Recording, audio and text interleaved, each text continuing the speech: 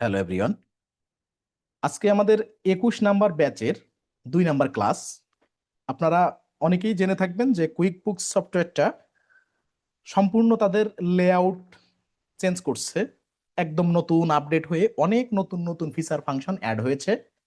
যেহেতু quick books ওয়ার্ল্ডের number 1 software বলা যায় ক্লাউড অ্যাকাউন্টিংয়ে, কেননা মার্কেট শেয়ারের দিক দিয়ে স্মল অ্যান্ড মিডিয়াম সাইজ ইন্ডাস্ট্রিতে, কাজেই এ সফটওয়্যারটার লেআউট বা অন্যান্য আপডেট হওয়ার কারণে নতুন করে শেখা, যারা পুরনোভাবে জানেনও তাদের জন্য নতুন করে শেখা, নতুন লেআউটে নতুন ফিচার ফাংশনে ফ্যামিলিয়ার হওয়াটা এখন সময়ের দাবি। কাজেই প্রত্যেকে চেষ্টা করবেন আগে যেটা জানতেন সেটা তো জানতেন, সেটার সাথে নতুন আপডেট কি হয়েছে সেটাকে অ্যাডাপ্ট করার এবং ভালোভাবে একটু শেখার, কেননা নতুন অনেক ফিচার ফাংশন এখানে অ্যাড হয়েছে। বিশেষ করে সিআরএম সফটওয়্যার যারা ইউজ করে আলাদা, সেই ফাংশনটা এখানে ইন্টিগ্রেট করা হয়েছে। তারপরে স্টক নিয়ে, বিশেষ করে ইনভেন্টরি ম্যানেজমেন্ট নিয়ে অনেক নতুন ফিচার ফাংশন অ্যাড হয়েছে, লিড অ্যাড হয়েছে, প্রপোজাল অ্যাড হয়েছে, কন্ট্রাক্ট অ্যাড হয়েছে। তারপরে বিভিন্ন থার্ড পার্টি অ্যাপ ইন্টিগ্রেশনের ফিচারটা সম্পূর্ণ ফ্রিতে করে দিয়েছে। অনেক কিছু অ্যাড হয়েছে, তা আশা করি আপনারা সেগুলো কোন কোন সেকশনে কোথায় কি হয়েছে আমি মেনশন করে যাব ক্লাসে। সবাই একটু মনোযোগ দিবেন, আর ক্লাসটায় একটু মনোযোগ দিবেন, ক্লাস টাইমে কেউ প্র্যাকটিস করবেন না। আজকে আমাদের দ্বিতীয় ক্লাসে চার্ট অফ অ্যাকাউন্ট নিয়ে আমরা শিখবো কিভাবে চার্ট অফ অ্যাকাউন্ট অ্যাড করতে হয়। এখন চার্ট অফ অ্যাকাউন্ট এটা নতুন করে বলার কিছু নাই। Head of account, chart of account, laser account same জিনিস। অর্থাৎ খতিয়ান বা লেজার হিসেবে যারা আপনারা বাংলাদেশে এটা চেনেন, এটা আন্তর্জাতিক পরিমণ্ডলে চার্ট অফ অ্যাকাউন্ট নামে পরিচিত বা হেড অফ অ্যাকাউন্ট নামে পরিচিত। তো সেক্ষেত্রে ম্যাক্সিমাম সফটওয়্যারে চার্ট অফ অ্যাকাউন্ট হিসেবেই কিন্তু এটা আছে। প্রত্যেকটা হিসাবের আলাদা আলাদা হেড করে যে হিসাবগুলো সংরক্ষণ করা হয় সেটা আমরা চার্ট অফ অ্যাকাউন্ট হিসেবে জানি। এখন কুইক বুকসে এটা চার্ট অফ অ্যাকাউন্ট হিসেবে দেখায়, কোনো সফটওয়্যারে লেজার, কোনো সফটওয়্যারে হেড অফ অ্যাকাউন্ট, বিভিন্ন নামে। এখন আমরা chart of account manually set করতে পারি। তো আমরা সংক্ষেপে জেনে নিলাম চার্ট অফ অ্যাকাউন্ট কি। এখন ম্যানুয়ালিও অ্যাড করতে পারি, বাল্ক আকারে ইম্পোর্টও করতে পারি, আমরা দুটোই করব। এখন ধরেন ম্যানুয়ালি যদি একটা চার্ট অফ অ্যাকাউন্ট অ্যাড করতে হয় কিভাবে করতে হবে, তা আমরা আপনাদের যে ডাটাবেস দিয়েছি সেখানে এই ডাটাবেসটা কোম্পানি ডাটাবেস, যেটা আমরা ওপেন করে, ধরেন যে কোনো ক্লায়েন্ট আমাদের যে ডাটাবেসটা দিবে, কখন দিবে, ধরেন সে কুইক বুকসে নতুন, অন্য কোনো সফটওয়্যারে ছিল বা এক্সেলে বা অন্য কোনো কিছুতে তার হিসাবটা ম্যানেজমেন্ট ম্যানেজমেন্ট করতো, সেক্ষেত্রে সে যখন কুইক বুকসে আসবে নতুন, তখন আপনাকে এই কোম্পানি ডাটাবেস দিবে, তারটা দিবে। এত সাজানো গোছানো থাকবে বা এইরকমই থাকবে এমন কিন্তু না। বুঝতে হবে, আমরা জাস্ট প্র্যাকটিস পারপাজে শুরু থেকে শেষ পর্যন্ত একটা প্রতিষ্ঠানের যত ডাটা থাকতে পারে তার একটা ডেমো দিয়ে কিন্তু সম্পূর্ণ একটা প্রজেক্ট বেজ একটা প্র্যাকটিস করা হয়। কিন্তু আপনার ক্লায়েন্টের ডাটা ভিন্ন হতে পারে, তার তথ্য ভিন্ন হতে পারে তার কাজের উপরে বেস করে। সাপোজ আপনার যদি মনে হয় যে না, নতুন কোনো ক্লায়েন্ট না, তার কুইক বুকস অলরেডি আছে, সে কি আমাকে এই ডাটাটা দিবে? না, সে এটা দিবে না।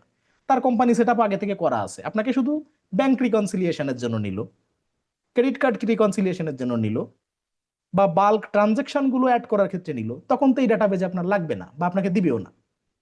কাজেই ভেবে নিবেন না যে সব ক্লায়েন্ট আপনাকে ডাটাবেস দিবে, যার যে রিকোয়ারমেন্টের কাজ সেই অনুযায়ী সে আপনাকে দিবে।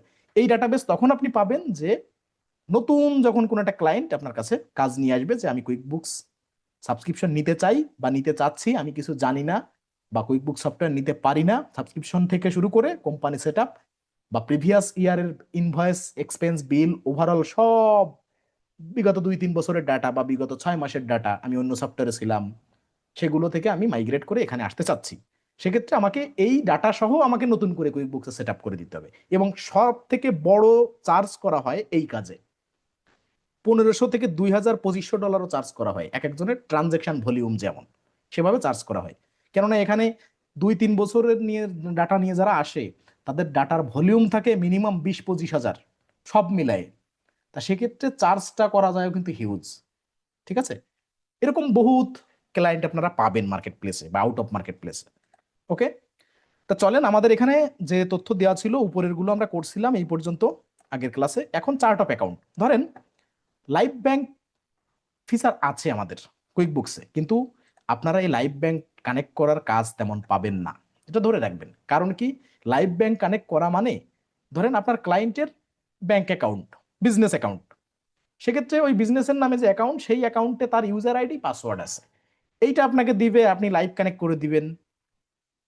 কুইক বুক সফটওয়্যার যাই হোক থার্ড পার্টি তো, অবশ্যই থার্ড পার্টি ওই ক্লায়েন্টের কাছে। কাজেই সে চাইবে না যে তার ইউজার আইডি পাসওয়ার্ড দিয়ে থার্ড পার্টি কোনো সফটওয়্যারে লগ ইন করা থাকুক। সেটা কুইক বুকসে অ্যাড করা মানে আপনাকেও দেওয়া, আপনাকে দিতে হবে। কাজেই 90% ক্লায়েন্ট আপনাকে এটা দিবে না।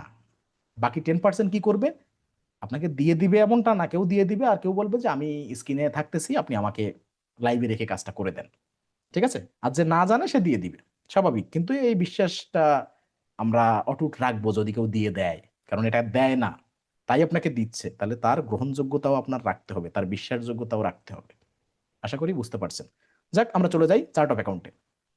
চার্ট অফ অ্যাকাউন্টে যাওয়ার জন্য অল অ্যাপ, এখানে যেগুলো দেখতে পাচ্ছেন এগুলো এই সব অল অ্যাপে দেখা যাবে। অল অ্যাপে যে অ্যাকাউন্টিং এর আন্ডারে, উপরে অ্যাকাউন্টিং এর আন্ডারে sub menu chart of account, এখানে চলে যাব। এখানে চলে গেলে এখানে যেহেতু ব্যাংক বা অন্যান্য যা কিছু লাইভ কানেক্ট করা যায় সেটা হচ্ছে কি ব্যাংক ট্রানজেকশনের এই ফিচারে, আর এখানে আমরা চার্ট অফ অ্যাকাউন্ট অ্যাড করব। এখন দেখেন এখানে কি আছে, এখানে অনেক কিছু আছে। কিভাবে আসছে, ওই যে আমরা ফার্মাসিউটিক্যাল ক্যাটাগরি দিয়েছিলাম কোম্পানি ক্রিয়েট করার সময়, ওই ক্যাটাগরির সাথে রিলেভেন্ট ওয়ার্ল্ড ওয়াইড যে হেডগুলো ব্যবহার করা হয় ওয়ার্ল্ড ওয়াইড, সেই হেডগুলো মানে কমন হেডগুলো এখানে চলে আসছে চার্ট অফ অ্যাকাউন্টে। ঠিক আছে, তার মানে এটা ভাবেন না যে আন্দাজে দিয়ে দিয়েছে, না। যদি আপনি মানে ফার্মাসিউটিক্যালের জায়গায় যদি ই কমার্স দিতেন, ই কমার্স কোনো ক্যাটাগরিতে কোম্পানি ক্রিয়েট করতেন এখানে, তাহলে ই কমার্সের সাথে রিলেভেন্ট গুলো দিয়ে দিত। মানে এখানে যা দেয় সব রিলেভেন্ট ওই ক্যাটাগরি, যে ক্যাটাগরিতে আপনার বিজনেস সেই ধরনের। পি অ্যান্ড এল যেগুলো লেখা আছে এটা আছে প্রফিট অ্যান্ড লসে এই রিপোর্টটা ইম্প্যাক্ট ফেলে, এই জন্য পি অ্যান্ড এল লেখা। বিএএল লেখা ব্যালেন্স শিটে এটা ইম্প্যাক্ট ফেলে, সেজন্য এই দুটো সাংকেতিক চিহ্ন এখানে বা সাংকেতিকভাবে এটা লেখা আছে, আপনার বুঝে নিতে হবে। পি অ্যান্ড এন হচ্ছে প্রফিট অ্যান্ড লস, বিএএল এটা হচ্ছে ব্যালেন্স শিটের ইম্প্যাক্ট। ঠিক আছে, এই এই রিপোর্টগুলো ব্যালেন্স শিটের জন্য, আর এই রিপোর্টগুলো প্রফিট অ্যান্ড লসের জন্য। ঠিক আছে, এই হেডগুলো। আচ্ছা, এখন আমরা অ্যাড করব, ম্যানুয়ালি অ্যাড করব। ম্যানুয়ালি অ্যাড করব, ব্যাংক যেহেতু আমাদের লাইভ কানেক্ট করতে পারতেছি না, তাহলে আমাদের ম্যানুয়ালি অ্যাড করার জন্য কি লাগবে, আমাদের এখানে যে ডাটা দিয়েছে আমাকে সেটা লাগবে। তাহলে আমরা ম্যানুয়ালি অ্যাড করব, manually adding chart of account কি অ্যাড করব, এখান থেকে আমরা সেই ডাটাগুলো নিব। এইখানে যে আমরা এই যে ডাটাবেজ ওপেন করছি, এখানে কি কি আছে চার্ট অফ অ্যাকাউন্ট, এই যে Q2, এখান থেকে চার্ট অফ অ্যাকাউন্ট আছে। এখানে দুটো ব্যাংক আছে, একটা পেপাল আছে, দুটো ক্রেডিট কার্ড আছে, তাহলে এগুলো আমরা অ্যাড করে নেব। ঠিক আছে, লাইভ কানেক্ট করাও আমি দেখাবো ব্যাংক কিভাবে লাইভ কানেক্ট করে, কিন্তু আমাদের আগে চার্ট অফ অ্যাকাউন্ট করে ফেলতে হবে, যেহেতু অনেক চার্ট অফ অ্যাকাউন্ট অ্যাড করতে হবে। সেহেতু কথা না বাড়িয়ে আমরা প্রথমে এই ব্যাংক অ্যাকাউন্ট দুইটার একটা নিলাম, ব্যাংক অফ ইংল্যান্ড কপি করলাম। এটা চেকিং অ্যাকাউন্ট, চেকিং কারেন্ট দুটোই সেম জিনিস, দুটোর আলাদা কোনো মিনিং না। চেকিং অ্যাকাউন্টও যা, কারেন্ট অ্যাকাউন্টও তাই। ওকে, তাহলে আমরা কপি করলাম, কপি করে আমরা চার্ট অফ অ্যাকাউন্টে আসছি। কোথায়, অ্যাকাউন্টিং এর আন্ডারে sub menu chart of account. এবার কি করব, এখান থেকে নিউ অ্যাকাউন্ট অ্যাড করতে পারি, আর এই যে ড্রপ ডাউন একটা চিহ্ন আছে এখানে ক্লিক করে ইম্পোর্ট করতে পারি, অর্থাৎ যখন বাল্ক আকারে অ্যাড করব এই ইম্পোর্ট থেকে করব, এই ড্রপ ডাউনের এই ইম্পোর্ট থেকে করব, আর নিউ অ্যাকাউন্টের এইখান থেকে করব। চলেন আমরা নিউ অ্যাকাউন্টে ক্লিক করলাম। ক্লিক করলে এখন আমার অ্যাড করতে হবে অ্যাকাউন্ট নেম, যেটা কপি করে নিয়ে এসেছি, bank of England checking account. Checking কেন দিলাম, আমার একাধিক ব্যাংক থাকতে পারে, কোনটা চেকিং বা কোনটা সেভিং। ঠিক আছে, এইটা আইডেন্টিফাই যাতে করা যায় সহজে, এই জন্য এই ব্যাংকের পাশে চেকিং লিখে রাখছি। এখন এখানে একটা ব্যাপার আগে চলে আসতেছে আমাদের, সেটা হচ্ছে এই নিচেই গ্যাপের স্ট্যান্ডার্ড অনুযায়ী কিছু বিষয় আমরা ইউজুয়ালি ব্যবহার করে থাকি বিভিন্ন দেশে, যখন আমরা বিভিন্ন ক্লায়েন্টের সাথে কাজ করি, বা এটা অ্যাকাউন্টিং প্রিন্সিপাল সহজ কথায়, যে চার্ট অফ অ্যাকাউন্ট মানে লেজার, অর্থাৎ একটা প্রতিষ্ঠানের লেজার বা হেড অফ অ্যাকাউন্ট। এখন গ্যাপের স্ট্যান্ডার্ড বলে যে যদি কিনা আপনি সব আপনার প্রতিষ্ঠানে যত অ্যাকাউন্ট আছে, হেড আছে বা লেজার আছে, সেই চার্ট অফ অ্যাকাউন্ট বা মানে লেজার গুলোকে বা হেড অফ অ্যাকাউন্ট গুলোকে যদি আইডেন্টিফাই করতে চান অ্যাজ এ নাম্বার দিয়ে, সেক্ষেত্রে অল অ্যাসেট বিগিন উইথ 1, অর্থাৎ যত অ্যাসেট আছে তার পূর্বে 1 বসাবেন। এটা হচ্ছে অ্যাসেটের নিয়ম। 1 থাকলে আমরা সহজে বুঝতে পারবো যে কোনো চার্ট অফ অ্যাকাউন্টের আগে যদি সংখ্যা 1 থাকে, পিছনে কি আছে সেটা ব্যাপার না, যে 1 2 3 4 সাপোজ 4টে আছে, তার প্রথম সংখ্যাটা দেখে আমরা বুঝতে পারবো এটা একটা অ্যাসেট। যদি লায়াবিলিটিস হয় তাহলে 2 থাকবে, যদি ইকুইটি হয় সেগুলো 3 দিয়ে স্টার্ট হবে, যদি 4 হয় তাহলে ইনকাম হবে। এরপরে যদি কস্ট অফ গুডস সোল্ড হয়, কস্ট অফ গুডস সোল্ড কি, a sub class of expenses, সেই হিসেবে সাব ক্লাস হিসেবে দেখে, তা সেক্ষেত্রে কস্ট অফ গুডস সোল্ড আমরা প্রকাশ করব কি দিয়ে, 5 দিয়ে, শুরুতে 5 দিয়ে, এবং অল এক্সপেন্সেস, যত ধরনের এক্সপেন্স আছে সেটা আমরা 4টা নাম্বারিং করতে পারবো, 6, 7, 8, 9। এখন এখানে একটা কথা আছে, যখন এক্সপেন্সে আমার 4টা অপশন আছে, সেক্ষেত্রে কিছু কিছু এক্সপেন্সকে আমি আলাদাভাবে আইডেন্টিফাই করার জন্য আমি একটু আলাদাভাবে আমি করতে পারি। যেমন র্যান্ডম এক্সপেন্সে দিলাম আমি 6, 7 দিলাম আমি পেরোলে, এরপরে অন্যান্য যে ধরেন প্রতিষ্ঠানের অফিস এক্সপেন্সের ক্ষেত্রে আমি 8 দিতে পারলাম, বা অন্য আরো কিছুর ক্ষেত্রে, মানে কোনো কোনো ক্যাটাগরি, এটা নিয়ম নেই ধরা বাঁধা, কিন্তু আপনি আপনার বোঝার সুবিধার্থে এরকম দিতে পারেন আলাদা আলাদা, যেহেতু এক্সপেন্সের 4টা অপশন আছে। তার মানে আপনি যেন বুঝতে পারেন যে 6 দিচ্ছি সেই এক্সপেন্সে যেগুলো এই সমগোত্রীয় এক্সপেন্স। এটা আপনার হাতে, আপনি চাইলে র্যান্ডমলি 4টাই যে কোনো ক্ষেত্রে ইউজ করতে পারেন, শুধু কাজ গোছায় রাখার সুবিধার্থে তাহলে আপনি এই 4টা নাম্বার 4টা আলাদা আলাদা ক্যাটাগরিতে, মেজর ক্যাটাগরিতে আপনি অ্যাড করতে পারেন। ওকে, এটাকে একটু বলে নিলাম। তো যেহেতু আমরা নাম্বারিং করব, এখন নিয়ম কি কুইক বুকসে, যে যদি একটা চার্ট অফ অ্যাকাউন্ট আপনি নাম্বারিং করেন, সবগুলোতে করতে হবে। ওই যে কিছু চার্ট অফ অ্যাকাউন্টে নাম্বারিং করবেন, কিছুতে করবেন না, এরকম হবে না। এটা শর্ত 1। শর্ত 2 কি, যদি নাম্বার দেন, যদি 4টা সংখ্যা দেন, ধরেন এখানে আমি এই চার্ট অফ অ্যাকাউন্টটাকে নাম্বারিং করব, এখানে আমি 4টা সংখ্যা দিব। প্রথমে 1 দিব যেহেতু এটা অ্যাসেট, আর পরে আরো 3টা সংখ্যা, টোটাল 4টা সংখ্যা দিব। এখন এই ব্যাংক অফ ইংল্যান্ড, এটা একটা চার্ট অফ অ্যাকাউন্ট, এটা অ্যাসেট, এটা দিলাম 4টা সংখ্যা। এক্সপেন্স এটা দিলাম 5টা সংখ্যা। ইনকামে একটা দিলাম 6টা সংখ্যা, আরেকটা দিলাম 3টা সংখ্যা। না, যদি 4টা দেন সবগুলো 4টা দিতে হবে, যদি 5টা দেন সবগুলোই 5টা, 6টা দিলে সবগুলো 6টা। এখন ধরেন আমরা কুইক বুকস ইউজার কারা, আমাদের ক্লায়েন্টরা, সেক্ষেত্রে তাদের চার্ট অফ অ্যাকাউন্ট সর্বোচ্চ যদি 4 সংখ্যা আমি দিই, কত দেওয়ার মানে সম্ভাবনা আমাদের আছে, কত সংখ্যা পর্যন্ত যাওয়া যায়? 9, 9, 9, 9, 9,999, 4 ডিজিটের ভিতরে সর্বোচ্চ সংখ্যা হচ্ছে এইটা। 10,000 হয়ে গেলে 5 সংখ্যা হয়ে যায়। তো 10,000-এর আগ পর্যন্ত 9,999টা চার্ট অফ অ্যাকাউন্ট আমাদের অ্যাড করতে পারবো আমরা। তো একটা প্রতিষ্ঠানে এতগুলো চার্ট অফ অ্যাকাউন্ট হয় জীবনে দেখছেন? মনে হয় না। যদি এখানে 3টা সংখ্যা হতো তাহলে আমরা 999টা, কিন্তু অনেক প্রতিষ্ঠানে এর থেকে বেশি থাকতে পারে, থাকতেই পারে, স্বাভাবিক। এখন এই 3টা না দিয়ে আমরা 4টা দিয়ে স্ট্যান্ডার্ড। ওকে, তো আমি ধরেন প্রথমে যেহেতু এটা অ্যাসেট 1 দিলাম, এরপরে 1,000, অর্থাৎ 1,000 দিলাম, ঠিক আছে। 1 দিয়ে আমি বুঝবো কি এটা অ্যাসেট, যেহেতু ব্যাংক অ্যাকাউন্ট, এটা আমাদের অ্যাসেট, তাহলে 4টা সংখ্যা দিলাম, প্রথমটা 1।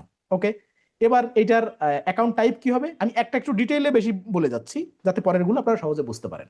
এখানে ডিটেইল টাইপ কি হবে, এটা আমাদের কারেন্ট অ্যাসেট। কারেন্ট অ্যাসেট তখন দিব যখন আমার অন্য কোনো রিলিভেন্ট কিছু থাকবে না, কিন্তু এটা ব্যাংক, এর জন্য তো ক্যাটাগরি আছে। কোনটা? Cash at bank and in hand. এখানে আমি বলি প্রত্যেকের কাজ কি হবে, চার্ট অফ অ্যাকাউন্ট অ্যাড করার আগে কি কি আছে সেগুলো একটু এক নজরে দেখে নেবেন। যেমন এখানে ব্যাংক দিয়েছি, এখনো কিন্তু কোনো ক্যাটাগরি চুজ করি নাই। এখানে ডেপ্টর আছে, কারেন্ট অ্যাসেট আছে, cash at bank and in hand আছে, ট্যানজিবল অ্যাসেট আছে, non current asset, creditor, credit card, current liabilities, non current liabilities, equity, income, other income, cost of sales, expense, other expenses. যেগুলো এই expenses এর ভিতরে পাচ্ছেন না সেগুলো আদার এক্সপেন্সেস, যেগুলো ইনকামে পাচ্ছেন না সেগুলো আদার ইনকামে।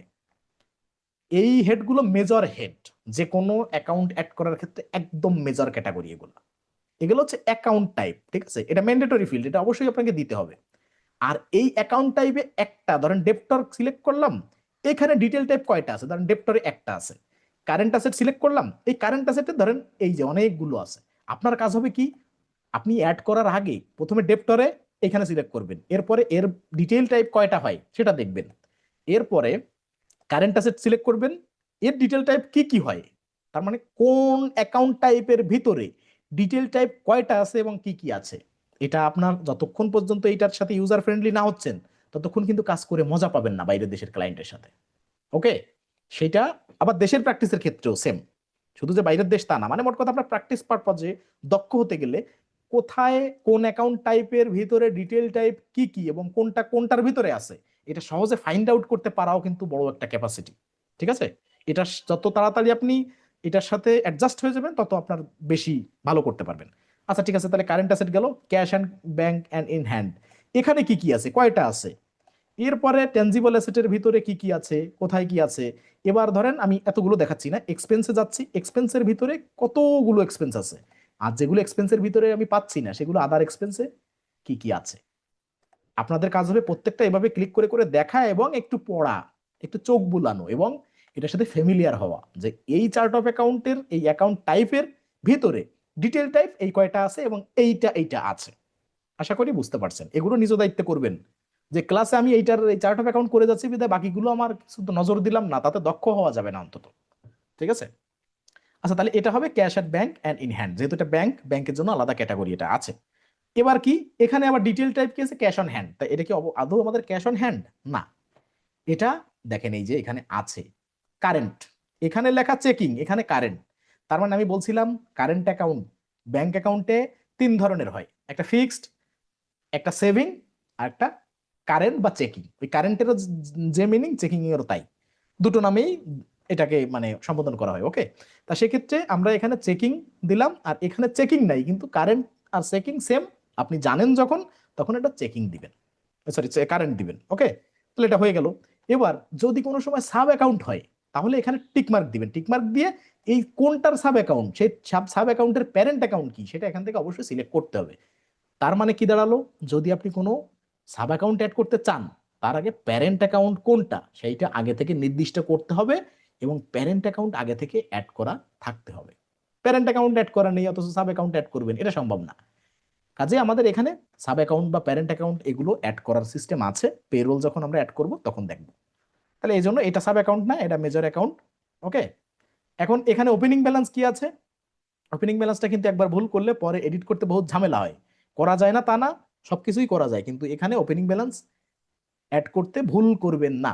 দেখেন এখানে ব্যাংক অফ ইংল্যান্ড এটা আছে দেখলাম, ওপেনিং ব্যালেন্স কত, এখানে 250 জিবিপি। ঠিক আছে, 250, এটাকে কপি করে নিচ্ছি। আর ওপেনিং ব্যালেন্স ডেট কত, 1/1/2018। যদি আপনার কোনো ক্লায়েন্ট এটা না দেয়, আপনি নিজ দায়িত্বে তার কাছ থেকে আবার আস্ক করে জেনে নেবেন যে তার ওপেনিং ব্যালেন্স ডেট কত এবং ওপেনিং ব্যালেন্স কত। ঠিক আছে? আচ্ছা, তাহলে ওপেনিং ব্যালেন্স দিলাম এবং ডেট দিব কত, এখানে আমরা লিখতে পারি 01/01/2018, এটা লিখলাম। লিখে বাইরে একটা ক্লিক করব, এবার ক্যালেন্ডারে ক্লিক করলে এইখানে একটা ক্লিক করে দেবো। ঠিক আছে, যাতে শর্টকাটে আমার ওইখান থেকে ওই যে স্ক্রল ডাউন করে এক এক মাস করে এভাবে খুঁজে খুঁজে না নিতে হয়। ওকে, আমি এভাবে দিতে পারবো। ওকে, এবার ডেসক্রিপশনে কি দিব, আমি এটাই দিয়ে দিব। যদি কোনো কিছু আমার ক্লায়েন্ট সরবরাহ আমাকে না করে অন্য কোনো তথ্য, ধরেন এই লাইনের ডেসক্রিপশন কি হতে পারতো, যে প্যারেন্ট ব্যাংক অ্যাকাউন্ট। ঠিক আছে, মানে এই এই এই প্রতিষ্ঠানের ইউনিক ফার্মাসিউটিক্যালের প্যারেন্ট অ্যাকাউন্ট এটা, যেটা দিয়ে সব হিসাব নিকাশ বা সব দেনা পাওনা পরিশোধ করা হয়, সব ক্লায়েন্টের সাথে ট্রানজেকশন করা হয়। সেলস করলে এই ট্রানজেকশন মানে এই অ্যাকাউন্ট হয়ে টাকাগুলো আমাদের অ্যাকাউন্টে আসে, আবার এক্সপেন্স গুলো সব এই অ্যাকাউন্ট থেকে মানে ব্যয় নির্বাহ এটা দিয়ে করা হয়, সহজ কথা। আবার এর সাথে আরো 5টা অ্যাকাউন্ট থাকতেই পারে, এক ব্যাংকে 5টা অ্যাকাউন্ট থাকতে পারে, মানে এক প্রতিষ্ঠানে 5টা ব্যাংক অ্যাকাউন্ট থাকতে পারে সাপোজ। কিন্তু তার একটা ধরেন মেজর অ্যাকাউন্ট, ধরেন এই সেই অ্যাকাউন্টটা, তার ডেসক্রিপশনে যদি সেটা আপনাকে মেনশন করে দিতে বলে দিবেন, না হলে ওই নামটাই আপনি এখানে রেখে দিতে পারেন, সমস্যা নেই। তাহলে এখন আমাদের সব ইনফরমেশন দেওয়া হলো, একটা একটু বেশি বললাম যাতে করে পরের গুলো সহজে বুঝতে পারেন। ওকে, এবার সেভ করে দিলাম, নাম্বারিং করছি। এখন দেখেন আমার একটু আগে এক্সিস্টিং যে চার্ট অফ অ্যাকাউন্ট গুলো ছিল, একেতে তাদের কোনো নাম্বার নাই, নাম্বার ছিল না। তাহলে এগুলো আমার কাজে খাটাতে গেলে কি হবে, আমি যদি নাম্বারিং করতে চাই তাহলে আমার এর নিচে সবগুলো নাও লাগতে পারে, সবগুলো চার্ট অফ অ্যাকাউন্ট নাও লাগতে পারে। এখন এই ধরনের গুলো যদি আমরা অ্যাড করতে যাই, যখনই ধরেন এই যে শিপিং ইনকাম এই নামে একটা হেড আছে, আমি যখন বাল্ক আকারে অ্যাড করতে যাব বা সিঙ্গেলি অ্যাড করতে যাব, একই জিনিস যেন দ্বিতীয়বার অ্যাড না হয়ে যায়, তার জন্য কি করতে হবে, যেগুলো অলরেডি অ্যাড করা আছে সেগুলো এডিট করে আমি নাম্বারিং করে দিতে পারি। এটা হচ্ছে সবচেয়ে সহজ সমাধান। ঠিক আছে, যে অলরেডি অ্যাড করা আছে তাহলে এটা আমার নতুন করে অ্যাড করে লাভ নাই, আমি নাম্বার অ্যাড করে দিলাম, সেটা এডিট করে এখানে নাম্বার দিয়ে দেওয়া যাবে। ওকে, তাহলে আমি ধরেন একটা নাম্বারিং করছি, এখন নাম্বার ফিল্ডটাও যোগ হয়েছে, নেম এসেছে, অ্যাকাউন্ট টাইপ এসেছে, ডিটেল কারেন্ট, এবং quick books balance 250 pound, bank balance এখনো কিছু নাই। ঠিক আছে, তার মানে এটা কুইক বুকস ব্যালেন্স হিসেবে দেখাচ্ছে, ব্যাংক ব্যালেন্সে তখনই আসবে যখন এটাকে মানে আমার কোনো ট্রানজেকশন হবে এরপরে রিকনসাইল করা হবে, তখন এটা এখানে ইম্প্যাক্ট ফেলবে। ওকে, এই একটা অ্যাড করলাম, একটাই অনেক টাইম নিলাম, পরের গুলো আমি একটা একটা করে অ্যাড করে যাচ্ছি, আপনি জাস্ট দেখতে থাকেন একইভাবে। মেট্রো ব্যাংক সেভিং, এটা কি ওপেনিং ব্যালেন্স দেওয়া আছে 10,000 পাউন্ড, 10,000 পাউন্ড বা জিবিপি, সরি। আচ্ছা, এখানে আমি পরেরটা অ্যাড করে যাচ্ছি।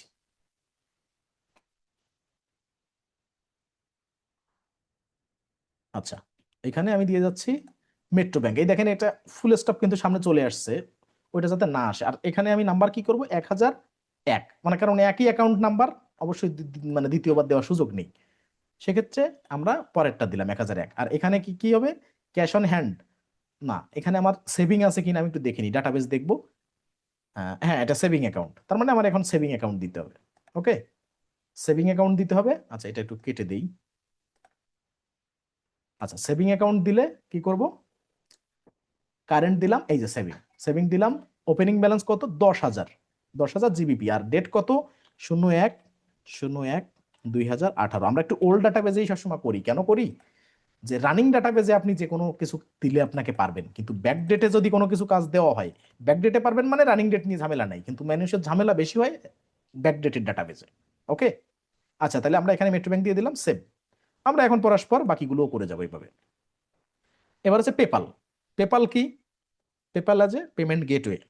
ঠিক আছে, এখানে ক্যাশ অন হ্যান্ড দেওয়া আছে অলরেডি, তাহলে আমরা বুঝতে পারছি এটা আমাদের ক্যাটাগরি কি হবে। পেপাল এখানে দিলাম, পেপাল এখানে নাম্বারিং দেবো, এটাও অ্যাসেট। ঠিক আছে, তাহলে নাম্বারিং কি করতে পারি, এটা 1000 2 দিতে পারি, দিলাম। এখানে কি দিব, এটা ওই cash at bank and in hand, এই দুটোই সেম ক্যাটাগরিতে যায়। এখন এখানে ডিটেলে কি দিবেন, এখানে ক্যাশ অন হ্যান্ড দেওয়া আছে, দিতে পারেন। আর যদি বলতো যে না, যদি এই ক্লায়েন্ট অ্যাসাইন করে যদি এভাবে যদি না দিত, যে ক্যাশ অন হ্যান্ড না দিয়ে যদি বলতে পারে যে ক্লায়েন্ট ট্রাস্ট অ্যাকাউন্ট, সেটাও দিতে পারতেন। ঠিক আছে, আবার যদি মানি মার্কেট এরকম কিছু দিত, মানে পেপাল হচ্ছে একটা পেমেন্ট গেটওয়ে, তা সেক্ষেত্রে এখানে ক্যাশ অন হ্যান্ড এটা দেখানো হয়েছে, এটা মেনশন করা আছে বিধে আমরা এটা মেনশন করলাম। ওকে, এখানে টাকা কত, 645.12, এটাও ডেট সেম, সব ওপেনিং ডেট সেম, দিলাম। এটা দিয়ে 01/01, সরি 2018। ওকে, দিয়ে এবার ডেসক্রিপশনে পেপালটা দিয়ে দিলাম। ওকে, সেভ। এই সবগুলো দেখেন একে একে এখানে চলে আসতেছে। আচ্ছা, এবার বাকি আছে কি, পেপাল দিয়েছি, এবার ক্রেডিট কার্ড। ক্রেডিট কার্ড কি, আমার লায়াবিলিটি। তার লায়াবিলিটি কি হয়, লায়াবিলিটি কি হচ্ছে, ক্রেডিট কার্ড যদি আমার লায়াবিলিটি হয়, তাহলে লায়াবিলিটিতে এখানে 2 দিচ্ছেন। ঠিক আছে, তাহলে সবগুলো এখানে 2 হবে, লায়াবিলিটি যদি কোনোটা দেন। তাইলে আমার এখানে নিউতে যাব, এখানে ক্রেডিট কার্ড আর বিসি ভিসা গোল্ড। ঠিক আছে, ক্রেডিট কার্ড আমরা বুঝে নিচ্ছি, এখন বুঝে নিচ্ছি কোন ভাবে, আন্দাজের পরে তো না, অবশ্যই ব্যাখ্যা আছে। 2000 এখানে দিলাম অ্যাকাউন্ট নাম্বার, যেহেতু 2 দিলাম, লায়াবিলিটি বিদায় আগে 2 দিলাম। এখন এইখানে এসে আপনার স্পেসিফিক ভাবে দিতে হবে যে এটা কি। এর আগে তো cash on, cash at bank and in hand এটা দিয়েছি। দেখেন ক্রেডিট কার্ডের জন্য আলাদা ক্যাটাগরি আছে, এই যে ক্রেডিট কার্ড। ক্রেডিট কার্ডের অ্যাকাউন্ট টাইপ ক্রেডিট কার্ড আর ডিটেল টাইপ একটাই আছে, তার মানে এই ক্রেডিট কার্ড যেগুলো অ্যাকাউন্ট টাইপ হবে, তার ডিটেল টাইপ ক্রেডিট কার্ড এই একটা দেওয়া আছে, মানে অ্যাকাউন্ট টাইপও ক্রেডিট কার্ড, ডিটেল টাইপও ক্রেডিট কার্ড, মানে একটা অটো ডিটেক্ট করছে। তার মানে আপনি জানলেন এটা সহজ। এই ধরনের যদি কোনো কিছু আমি অ্যাড করি, তাহলে ক্যাটাগরি একটাই আছে, মেইন ক্যাটাগরি, সাব ক্যাটাগরি, অর্থাৎ account type detail type same.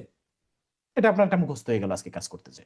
ওকে, এখন বাকিগুলো আপনি এভাবে দেখে নেবেন, বাকি যা যা আছে। ওকে, তাহলে ক্রেডিট কার্ড দিলাম, ওপেনিং ব্যালেন্স কত কি আছে, এটা আছে 170.20, এই দিলাম। এখানে ডেট দিব 01/01/2018। ওকে, দিলাম ডেসক্রিপশনে আর বিসি ভিসা গোল্ড এটা দিয়ে দিলাম, দিয়ে সেভ। দেখেন এখানে বারবার ডিসক্রিপশনে ওইটা দিয়ে যাচ্ছি, কেন, আমাদের কোনো কিছু বলা হয়নি, অন্য কিছু দিতে বলা হয়নি, তার কারণে এটা দিচ্ছি। যদি কিছু বলে আপনাকে, তখন তার পাশে ডেসক্রিপশন লিখে দিবে, সেটা আপনি অ্যাড করে দিবেন, সমস্যা নেই। এবার হচ্ছে আরেকটা ক্রেডিট কার্ড, কিন্তু এটা কোনো ব্যালেন্স নাই, তাহলে এটা নাম্বার দিলাম 2001, অ্যাকাউন্ট টাইপ ক্রেডিট কার্ড, এখানেও ক্রেডিট কার্ড। ওপেনিং ব্যালেন্স যেহেতু নাই, যে ক্ষেত্রে ওপেনিং ব্যালেন্স থাকবে না সেহেতু ডেট কোনো ম্যাটার করবে না। আবার মনে রাখবেন যে যেহেতু এখানে ওপেনিং ব্যালেন্স দেওয়া নাই, তাহলে এখানে ডেট দেওয়ারও কোনো ইয়ে নাই, কারণ ওই ডেট 2018 সাল দিলেও যা, এখন দিলেও তাই।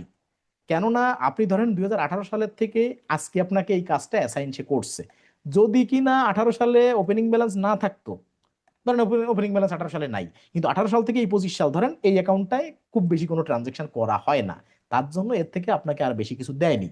কিন্তু যদি এমন হতো যে না, এইটা আপনার 2018 সালে অ্যাড করা, 25 সালে আপনাকে এই কাজটা করতে অ্যাসাইন করছে এই কোম্পানিতে, কিন্তু ওদের 18 সালে ট্রানজেকশন ছিল না, 22 সালে এসে ট্রানজেকশন এই এই অ্যাকাউন্টে আছে, তাও কিন্তু এখানে মেনশন করে দিত আপনাকে যে ওপেনিং ব্যালেন্স ডেট কবে বাকি দেখি। কিন্তু যেহেতু কোনো কিছু আপডেট এখানে দেওয়া নাই, যদি দিয়ে থাকে তাহলে আপনি আরো ঘাটাঘাটি করে দেখবেন যে এটা নিয়ে আর কোনো ইনফরমেশন এদিক ওদিকে আছে কিনা। যেহেতু দেওয়া নেই তার মানে এটা জাস্ট অ্যাড করে রাখছে, তাদের এই নামে এই ক্রেডিট কার্ড দিয়ে কোনো ট্রানজেকশন হয়নি, কাজে ওটা জাস্ট অ্যাড করাই আছে। তো আমাকে ডাটাবেস দিয়েছে, আমি অ্যাড করেই দিচ্ছি, কোনো ডেট দিই নাই বিধায় আমিও কোনো ডেট দিচ্ছি না, কোনো ব্যালেন্সও দিচ্ছি না, আর ব্যালেন্স নেই মানে ডেট দিয়েও কোনো ফায়দা নাই। কাজেই আমি এটা এভাবে সেভ করে দিলাম, শুধু ডেসক্রিপশনটা দিয়ে দিলাম, দিয়ে সেভ। এবার আছে কি, ক্রেডিট কার্ড দিলাম। এবার আছে ওনার্স ইকুইটি। ওনার্স ইকুইটি আছে, আমরা প্রথমে ওনার্স ইকুইটির ভিতরে দুইটা আছে, একটা আছে ওনার্স কন্ট্রিবিউশন আর একটা ওনার্স ডিস্ট্রিবিউশন। এখন আমরা যদি ইকুইটিতে যাই, কি দেখছিলাম, তিন, all equity accounts start with three, say owners equity হোক। এখন ওনার্স ইকুইটির ভিতর দেখেন এখানে যে দুটো ডাটা দেখলাম, যে ডিস্ট্রিবিউশন আর কন্ট্রিবিউশন, দুটো দুই রকম, ঠিক আছে, কিন্তু ওই সবই কিন্তু ওনার্স ইকুইটির অ্যাকাউন্ট। চলেন আরো দেখবো, সরেজমিনে আরো অ্যাড করার সময় দেখবো। নিউতে গেলাম, ওনার্স কন্ট্রিবিউশন দিলাম, দিয়ে অ্যাকাউন্ট নাম্বার এটা দিব তিন দিয়ে, 3,000,000। এখানে কি দিব, এখানে দেখেন ইকুইটি, শুধু ইকুইটি। আমি আমি যেহেতু দিয়ে আসতেছি, আমি এই জন্য দেখাতে পারছি, আপনি একটু আগে দেখবেন। এখানে ইকুইটিতে গেলাম, ইকুইটিতে গেলে দেখেন এখানে ওনার্স ইকুইটি, এখানে আর কিছু নাই। এখানে আছে কি পার্টনার কন্ট্রিবিউশন, পার্টনার ডিস্ট্রিবিউশন, কিন্তু এখানে আছে owners contribution, owners distribution. Owners contribution distribution আলাদা, পার্টনার্স কন্ট্রিবিউশন ডিস্ট্রিবিউশন আলাদা। ওকে, তা সেক্ষেত্রে আপনি কি করবেন, এখানে ডিরেক্ট ওনার্স ইকুইটি দিয়ে দিবেন। ওকে, যদি পার্টনার্স কন্ট্রিবিউশন ডিস্ট্রিবিউশন ভবিষ্যতে আসে তখন পার্টনার কন্ট্রিবিউশন ডিস্ট্রিবিউশন এখান থেকে সিলেক্ট করে দিবেন, ঠিক আছে। কিন্তু যেহেতু এখন ওনার্স কন্ট্রিবিউশন, তাহলে ওনার্স ইকুইটি দিলে এনাফ, ঠিক আছে। যেহেতু সে থেকে একদম ভেঙে ভেঙে রিলিভেন্টটা নাই, পার্টনার্স কন্ট্রিবিউশন আছে কিন্তু ওনার্স কন্ট্রিবিউশন তো নাই, কাজে আমরা এটা ওনার্স ইকুইটির ভিতরে রাখবো, ঠিক আছে। দিলাম, দিয়ে এখানে ওপেনিং ব্যালেন্স ট্যালেন্স কোনো কিছু নাই, শুধু এইটাকে কপি করে আমরা ডেসক্রিপশনে দিয়ে দেব, দিয়ে সেভ।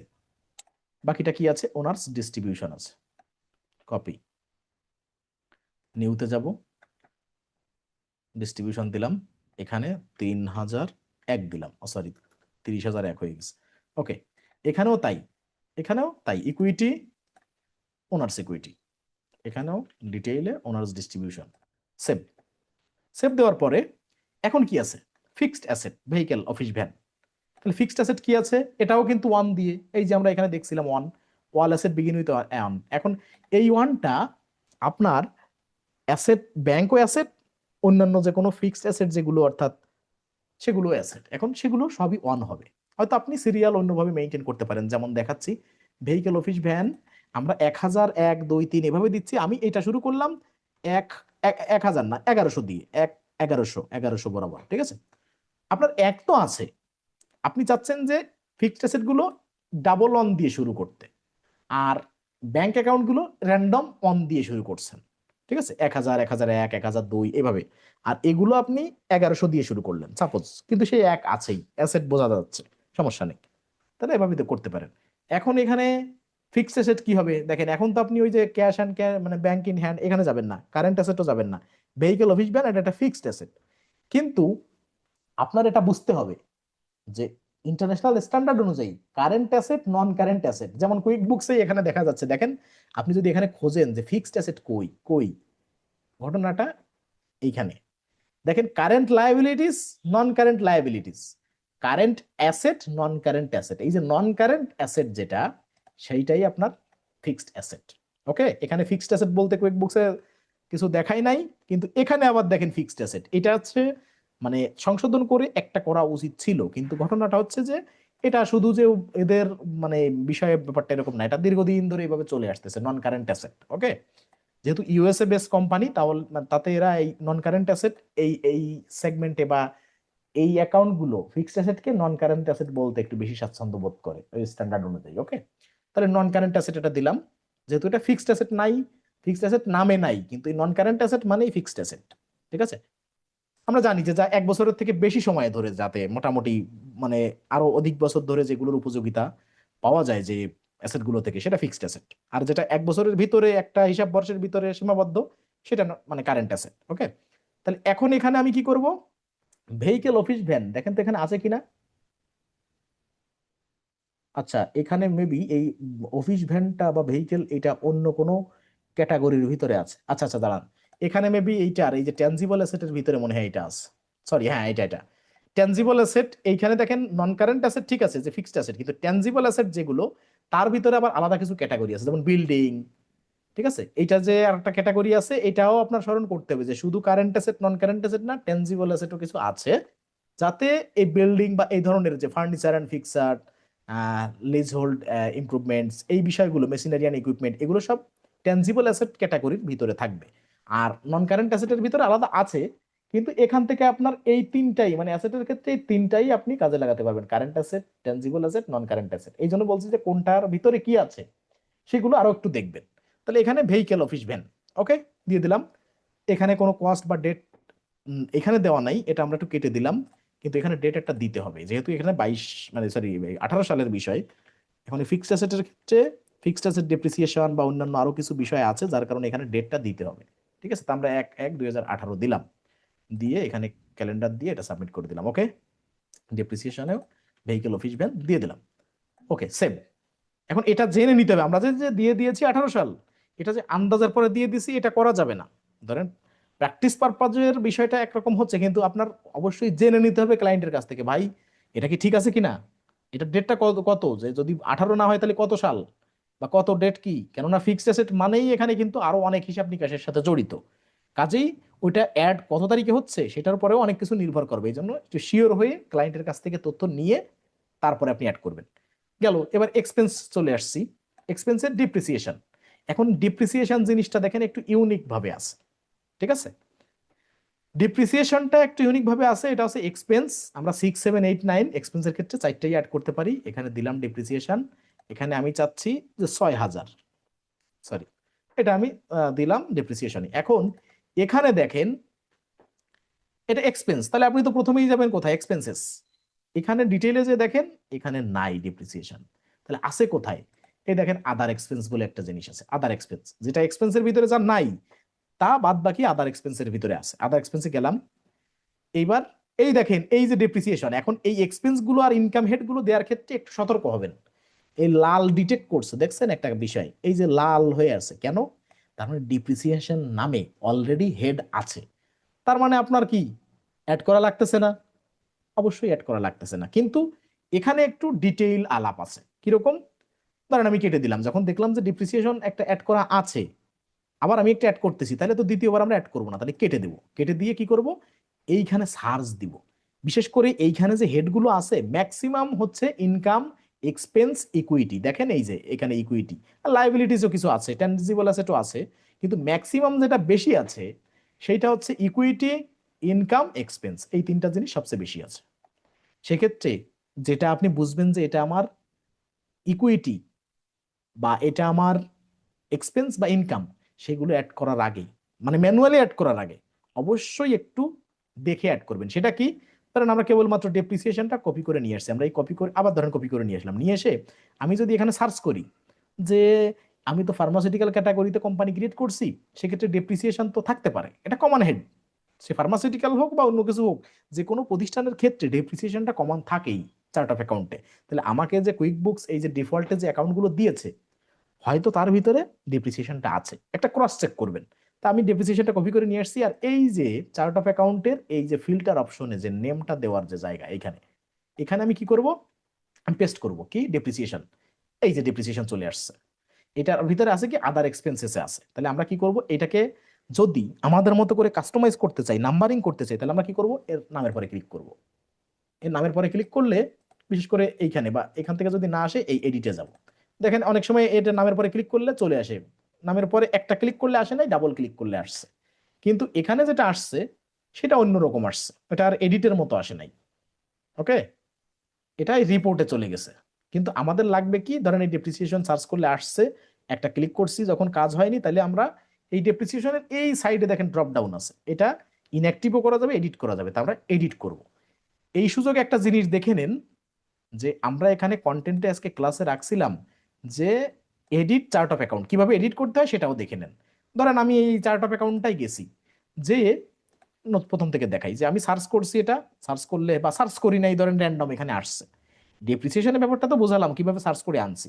তো ধরেন এখানে র্যান্ডম আরো 10টা আছে, সেক্ষেত্রে ধরেন আমি চাচ্ছি এইটাকে আমি এডিট করব। কিভাবে এডিট করব? এটা একটা চার্ট অফ অ্যাকাউন্ট, এটা ডিফল্টে দেওয়া ছিল। আমি এই রান রিপোর্টের পাশে এই যে ড্রপ ডাউন আছে, সবগুলো চার্ট অফ অ্যাকাউন্টের পাশে এরকম আইকন আছে সবগুলোই। এখানে আমি ড্রপ ডাউনে ক্লিক করলাম, এটা ইনঅ্যাক্টিভও করতে পারবো, এডিটও করতে পারবো। তো আমরা এখন এডিটটা দেখব। এডিটে ক্লিক করলাম।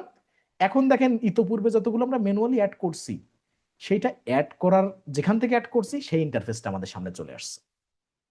এখন দেখেন আমরা যেটা দেখাচ্ছিলাম যে এক্সপেন্সের ভিতরে ডেপ্রিসিয়েশনটা পাইনি, তাহলে কি আদার এক্সপেন্সেসে আছে। আমি আবার দেখাই দিচ্ছি আদার এক্সপেন্স। আদার এক্সপেন্স যখন সিলেক্ট করছি তার ভিতরে দেখেন কি কি আছে, অ্যামোর্টাইজেশন, ডেপ্রিসিয়েশন, এক্সচেঞ্জ গেইন আর লস। এই এক্সচেঞ্জ গেইন আর লস নিয়ে অনেক কিছু জানার আছে, ঠিক আছে। এরপরে আদার এক্সপেন্স, তার মানে এটা নিয়ে আমাদের ডিটেইলে ক্লাস আছে, ঠিক আছে। এক্সচেঞ্জ গেইন আর লস এটা নিয়ে, ঠিক আছে। এরপরে আদার এক্সপেন্স আছে, এরপরে মানে আদার এক্সপেন্স কোনটাই, যেগুলো দেখবেন যে এই এক্সপেন্সেস এর ভিতরেও নাই। সাপোজ যে এই এক্সপেন্স ক্যাটাগরির ভিতরে যেগুলো পাচ্ছেন না, আবার এই এক্সপেন্স হয়ে গেছে দেখা, এরপরে আদার এক্সপেন্সেস এর ভিতরেও কোনো হেড নাই, তখন এটা আদার এক্সপেন্স দিয়ে দিবেন যে এই ক্যাটাগরিতেও আদার এক্সপেন্সেস আর এই ডিটেল টাইপেও আদার এক্সপেন্সেস। সব হেড যে থাকতে হবে কুইক বুকসে বা সব হেড যে সব সফটওয়্যারে থাকে এমন কিন্তু না।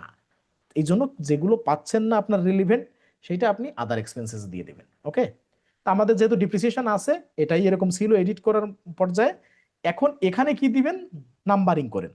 তাহলে আমরা কি দিচ্ছি, 6,000। এটা প্রথম যেহেতু কোনো এক্সপেন্স দিয়ে শুরু হচ্ছে 6,000। এখন দেখেন এই ডেসক্রিপশনে কি লেখা আছে, the cost associated with the decreasing value of A tangible asset. ঠিক আছে, তার মানে এখানে এই ডেপ্রিসিয়েশনের একটা মিনিং যেটা, সেই ধরনের কিছু একটা অ্যাড করে রাখছে। আপনার চাইলে প্রত্যেকটা অ্যাকাউন্টে যদি আপনাকে ক্লায়েন্ট এরকম দেয় এটা অ্যাড করে রাখলেন, না হলে এর নামটা এখানে এইভাবে দিয়ে রাখলেন, কিন্তু এরকম রাখাটাই বাঞ্ছনীয়। ঠিক আছে, এগুলো ভালো দেখায়। ঠিক আছে, বা ডিসক্রাইব করা যায় সহজে যে এই অ্যাকাউন্টটা ডিটেইল কি বলতেছে। সবার যে শুধু মিনিং থাকে তা না, অনেকের অনেক বিভিন্ন কোটেশনও মানে কিছু লেখা থাকে, মানে মার্ক করার জন্য বা সহজে বোঝার জন্য অনেক কিছু লেখা থাকে। ঠিক আছে, এখন এটা আমি দিলাম 6,000 ডিপ্রিসিয়েশন দিয়ে সেভ। এখন এটা কিন্তু আমার নতুন করে অ্যাড করতে হলো না, আমি এডিট করতে পারলাম এবং এখানে নাম্বারিংও করছি। কিভাবে দেখবো, এইটা এই ফিল্টারটা কেটে দিব, এখনো ফিল্টার পর্যায়ে আছে, ফিল্টারটা কেটে দিলাম। এখন যে 6,000-এ যে দেখতে পারবো, ঠিক আছে, এই যে 6,000 ডিপ্রিসিয়েশন, আদার এক্সপেন্স, P&L, এখানেও ডিপ্রিসিয়েশন। এই এখন আমাদের তো এখানে লিস্টে আরো কয়েকটা আছে, এই কয়েকটা আছে অ্যাডভার্টাইজিং, প্রমোশনাল ইত্যাদি ইত্যাদি ইত্যাদি। পেরোলটা আমরা করব, পেরোলটা করার পরে এই যে যে বাকি যেগুলো, এগুলো আমরা বাল্ক আকারে অ্যাড করতে পারবো। তার মানে এই যে হেডগুলো আছে সেগুলো আমাদের অ্যাড করতে হবে। কিভাবে, সিঙ্গেল সিঙ্গেল না করে, সিঙ্গেল তো শিখলাম, এই যে চার্ট অফ অ্যাকাউন্ট নামে যেটা ওপেন করা আছে এখানে, এই শিট, এক্সেল শিট, তার ভিতরে আমার ওই সবগুলো হেড আছে, এর বাদেও আরো 70-80টার মতো চার্ট অফ অ্যাকাউন্ট আমরা অ্যাড করব একসাথে। ওকে, তাহলে এখন আমরা শুধু এখানে নিচের পেরোলটা অ্যাড করে আসি। পেরোল যেহেতু আমাদের এই এসে পেরোল ধরেন একটা চার্ট অফ অ্যাকাউন্ট, তার ভিতরে সাব অ্যাকাউন্ট হবে একটা, দুইটা, তিনটা। তাহলে আমরা প্রথমে কপি করব পেরোল। আমরা বলছিলাম সাব অ্যাকাউন্ট অ্যাড করতে হলে আগে প্যারেন্ট অ্যাকাউন্ট অ্যাড করতে হবে। এখন একটা ঘটনা বলি, যে আমরা যে কেবলমাত্র ডেপ্রিসিয়েশনটা সার্চ করে এখান থেকে দেখলাম, তাই না? আমরা কি বলছি যে এখানে যেহেতু এক্সপেন্স এবং ইনকামের হেডগুলো বেশি, তারপরে ইকুইটি, এই হেডগুলো বেশি, তাহলে এগুলো এই 3 পদের যে কোনো একটা এখন থেকে অ্যাড করতে হলে আমরা অবশ্যই সার্চ করে নেব, কেননা এখন অনেক কিছু রিলিভেন্ট আমরা পাবো। যেমন পেরোল এক্সপেন্স কেবল কপি করে নিয়ে আসলাম, এই ফিল্টার অপশনে এসে যদি আমি পেস্ট করি পেরোল এক্সপেন্সেস, এখানে পিছনে একটা স্পেস আছে, দেখেন পিছনে একটা স্পেস আছে কিন্তু। ঠিক আছে, এখন পেরোল এক্সপেন্সেস পিছনে একটা স্পেস আছে, বা আমরা এসটা কেটে দিলাম, আবার একটু কেটে পেরোল এই শুরুতে আবার একটু স্পেস থাকতে পারে, এটা কেটে দিলাম। যদি না থাকে বা শুধু পেরোল দিয়ে একটু দেখি সার্চ করে, বিভিন্নভাবে ফিল্টার করে দেখবো। আচ্ছা যদি নাই, তাহলে কোনো ব্যাপার না, অনেক অ্যাকাউন্টে থাকবে, যেহেতু ফার্মাসিউটিক্যাল এখানে পেরোলটা ম্যান্ডেটরি না। ঠিক আছে, সেক্ষেত্রে আমরা নিউ অ্যাকাউন্টে ক্লিক করলাম, যেহেতু পেরোল নাই তার জন্য আমরা অ্যাড করে দিলাম পেরোল। ঠিক আছে, এই যে পুরো পেরোল এক্সপেন্স অ্যাড করে দিব, এই পেরোল এক্সপেন্সেস অ্যাড করলাম।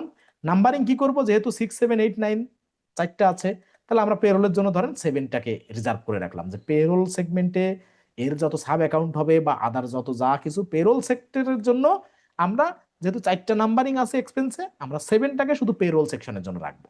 ওকে, তা ধরেন আমরা 7,000, 7,000 এটাকে আমরা পেরোলের জন্য রাখলাম। ঠিক আছে, বা 7,001ও দিতে পারি। আচ্ছা আমি 7,000 দিয়ে শুরু করলাম, সমস্যা নেই। 7,000 দিলাম। অ্যাকাউন্ট টাইপ কি হবে? এক্সপেন্স। এইবার এখানে পেরোল আছে, দেখেন অ্যাকাউন্ট টাইপ এক্সপেন্স আর ডিটেইল টাইপ পেরোল এক্সপেন্সেস। কই আছে? এই যে পেরোল এক্সপেন্সেস, মানে যেটার নাম সেটাই ডিটেইল টাইপে আছে, আর অ্যাকাউন্ট টাইপ এক্সপেন্সেস। আমি এখানেও দিলাম তাই, এই পেরোল এক্সপেন্সকে ডেপ্রিসিয়েশনে দিয়ে দিলাম। আমরা এখানে তখনই বিভিন্নতা দিব যখন আমাদের বায়ার আমাদের যা দিবে, ঠিক আছে। আচ্ছা, এখন এই পেরোল এক্সপেন্সেস এইটা আমরা নাম্বারিং করে এটা অ্যাড করলাম। এখন ইউজ দা বিলাবল এক্সপেন্সেস, এটা বিলাবেল করবো কিনা, যদি টিকমার্ক দিই তাহলে ইনকাম অ্যাকাউন্ট কি হবে? ইনকাম অ্যাকাউন্ট পেরোলের কোনো হেড এখনো নাই এখান থেকে, ঠিক আছে। তা কাজে আমরা এখন বিলাবল করবো না, ওটা বিলাবলের কাজটা আমাদের মানে অটো ডিটেক্ট হয়ে যাবে, কিন্তু আগে অ্যাড করতে হবে, ঠিক আছে। যেমনটা আমরা ওই যে কোম্পানি ক্রিয়েট করলে দেখেন চার্ট অফ অ্যাকাউন্ট অ্যাড করার সময় দেখেন 4টা chart of account auto create হয়ে যায়, ওই যে income income account, markup account, এগুলো কিন্তু অটো হয়ে যায়, ঠিক এগুলোও কিন্তু অ্যাড করলে হয়ে যাবে, ঠিক আছে, সমস্যা নেই। আচ্ছা, তাহলে পেরোল এক্সপেন্স আমরা অ্যাড করে দিলাম, ডেসক্রিপশন দিয়ে আমরা সেভ করে দিলাম। এখন এটা আমাদের প্যারেন্ট অ্যাকাউন্ট যেটা, কেননা অন্য কোনো অ্যাকাউন্টে আমরা সাব অ্যাকাউন্ট অ্যাড করি নাই, এইটা প্যারেন্ট অ্যাকাউন্ট, এইটার আন্ডারে এখন সাব অ্যাকাউন্ট অ্যাড করব। তা সাব অ্যাকাউন্ট অ্যাড করার প্রথম শর্ত কি? প্যারেন্ট অ্যাকাউন্টটা অবশ্যই থাকতে হবে, এর জন্য আমরা প্যারেন্ট অ্যাকাউন্টটা আগে অ্যাড করে নিয়েছি। এখন আমরা সাব অ্যাকাউন্ট অ্যাড করব। সাব অ্যাকাউন্ট কোনটা কোনটা হবে? এই যে স্যালারি অ্যান্ড ওয়েজ, ঠিক আছে, অর্থাৎ বেতন ও মজুরি, ঠিক আছে, এইটা হবে আমাদের সাব অ্যাকাউন্ট। তাহলে কি করব? Account name salary and wage, এখানে কি করব? অ্যাকাউন্ট নাম্বার কি হবে? ধরেন আমি দিচ্ছি 7,001, এটা দিলাম আমি নাম্বার। এবার অ্যাকাউন্ট টাইপ কি হবে? খেয়াল করেন, এক্সপেন্স। ডিটেল টাইপ, যেহেতু পেরোলের সাব অ্যাকাউন্ট আমি অ্যাড করতে চাচ্ছি, তাহলে ডিটেল টাইপ অবশ্যই পেরোল এক্সপেন্স দিতে হবে। এবার কি করতে হবে? এই যে যে সেকশনটা mark this a sub account, এখানে ক্লিক করতে হবে। এখানে ক্লিক করলে তখন আমার আরো একটা অপশন এনাবেল হবে, এই যে mark this a sub account, এখানে ক্লিক করলাম। এখন দেখেন এখানে ক্লিক করছি, এইখানে এই যে যেখানে ক্লিক করছি, এখানে ক্লিক করার পরে, সরি সরি সরি, এখানে ক্লিক করার পরে আমাদের এই প্যারেন্ট অ্যাকাউন্ট এখানে অ্যাসাইন করা জায়গা আসছে। তারপর ডেসক্রিপশন, এখন প্যারেন্ট অ্যাকাউন্ট এখান থেকে সিলেক্ট করতে হবে, এই বাটন থেকে সিলেক্ট করে দিতে হবে। তা আপনি সাব অ্যাকাউন্ট তখন অ্যাড করবেন যখন এই প্যারেন্ট অ্যাকাউন্ট যেটা সেটা আপনার কুইক বুকসে অলরেডি আছে এবং এখান থেকে সিলেক্ট করে দিবেন, তখনই আপনার সাব অ্যাকাউন্ট সেট করতে পারবেন, তাছাড়া পারবেন না। তাহলে আমরা যেহেতু এটাকে আমরা প্যারেন্ট অ্যাকাউন্ট আছে পেরোল, তাই জন্য আমরা সাব অ্যাকাউন্টে এখন অ্যাড করার সেই চিন্তাটা করতেছি। এই জন্য আমরা ক্লিক করে দিলাম যে হ্যাঁ this is a sub account, yes. তাহলে প্যারেন্ট অ্যাকাউন্ট কি? যে স্যালারি অ্যান্ড ওয়েজ যদি আমার সাব অ্যাকাউন্ট হয়, তাহলে এইটা সাব অ্যাকাউন্ট তার কার? পেরোল অ্যাকাউন্টের, এই যে 7,000 পেরোল অ্যাকাউন্ট, এটা আমার প্যারেন্ট অ্যাকাউন্ট। এবার ডেসক্রিপশনে কি হবে? ধরেন আমি এখানে দিয়ে দিচ্ছি স্যালারি অ্যান্ড ওয়েজ, ওকে। এই এটা দিয়ে এখানে বিলাবল টোল এখানে টিকমার্ক দেওয়ার দরকার নেই, এমনি র্যান্ডম অ্যাড করে যান, সেভ। এখন দেখেন তো এখানে সেভ করার আগে একটু দেখেন যে ইন্টারফেসে চেঞ্জটা কি আসছে। এখানে চেঞ্জটা আসছে এই যে অন্যান্য যেমন যতগুলো চার্ট অফ অ্যাকাউন্ট সেই সমান্তরাল এই চার্ট অফ অ্যাকাউন্টটাও, ঠিক আছে, পেরোলটা। কিন্তু সাব অ্যাকাউন্টটা দেখেন একটু ডাইন সাইডে সরে এসে দেখাচ্ছে, তার মানে এইটা যে এইটা সাব অ্যাকাউন্ট, ওই সরি পেরোল এক্সপেন্সেস, এইটার যে sub account salary and wage, এইটা এর থেকে একটু দূরত্বে এসে দেখেন বসানো আছে, যাতে ওই ওটার সাথে এইটা জোড় কিন্তু ছাড়বে না, এটা সাথেই থাকবে। এর পরেও যদি আরো কোনো সাব অ্যাকাউন্ট অ্যাড করি একই অ্যাকাউন্টের, এইটার সাথে সাথেই থাকবে, কিন্তু একটু ডান সাইডে সরে যেয়ে দূরত্বে বসবে। এটা হচ্ছে সাব অ্যাকাউন্ট অ্যাড করলে কুইক বুকসে এই ইন্টারফেস বা এরকম ভাবে আসে, ওকে। আচ্ছা, তাহলে আমাদের কি করতে হবে এখন? আমরা এখানে অ্যাড করে দিব সেভ। তার মানে প্রথম সাব অ্যাকাউন্ট অ্যাড করা শেষ। আচ্ছা, এটা একটু ছোট করে নিই আমি, ওয়েট, ওকে। আচ্ছা, এবার কি করব? এবার হচ্ছে আমাদের বাকি যে সাব অ্যাকাউন্ট গুলো এটা অ্যাড করে আমরা সরাসরি বাল্ক ইম্পোর্টে চলে যাব। আচ্ছা, এখানে হচ্ছে হেলথ ইন্স্যুরেন্স, কপি করলাম, কপি করে রিপোর্টে যাব, এখানে ক্লিক করব, অ্যাকাউন্টে 7,002, এখানে দিব এক্সপেন্সেস, এখানে দিব আমাদের পেরোল এক্সপেন্সেস, সরি। আচ্ছা, এই এখানে ডেপ্রিসিয়েশনে, সরি, ডেসক্রিপশনে দিব হেলথ অ্যান্ড ইন্স্যুরেন্স, কিন্তু তার আগে আমরা, সরি, এখানে এই পেরোল এক্সপেন্সেস যেটা সাব অ্যাকাউন্ট সেটা অ্যাড করে যাই, যে make this a sub account, parent account কি? পেরোল। এরপরেরটাও দেখেন এরকম চলে আসবে, এই যে একটু আগে যেটা দেখছিলাম, এই যে আগে ছিল পেরোল এক্সপেন্সেস, এরপরে 7,002-তে হেলথ ইন্স্যুরেন্স, এরপরে স্যালারি অ্যান্ড ওয়েজ, এইগুলো সব আলাদা আলাদা একটু দূরত্বে চলে আসবে, ঠিক আছে? যেমনটা এখানেও দেখাচ্ছি, এটা সেভ করলে দেখেন এখানেই দেখতে পারবেন এই চার্ট অফ অ্যাকাউন্টে। ওখানে তো সেভ করার আগে দেখায়, আর এইখানে মূলত এই যে 7,000 পেরোল, এই নাম্বারগুলো এখান থেকে দেখাচ্ছে, কিন্তু এর সাইডের যে অ্যাকাউন্ট সাব অ্যাকাউন্ট গুলো, এই একটা দেখেন একটু দূরত্ব থেকে সরে আসে, এইখান থেকেও তাই, মানে একটু ডাইনে এসে এখান থেকে দেখা যাচ্ছে। এটা সাব অ্যাকাউন্ট যে বোঝা যাবে যে এইটার আন্ডারে বাকি নিচের অ্যাকাউন্ট গুলা। ওকে, আর একটা আছে পেরোল ট্যাক্সেস। আমাদের পেরোল জার্নালের ক্লাস যখন আমরা করব ওভারঅল, তখন আমরা বুঝতে পারবো যে পেরোলের ইম্প্যাক্টটা কি, বা কুইক বুকসে পেরোল আলাদা সফটওয়্যার।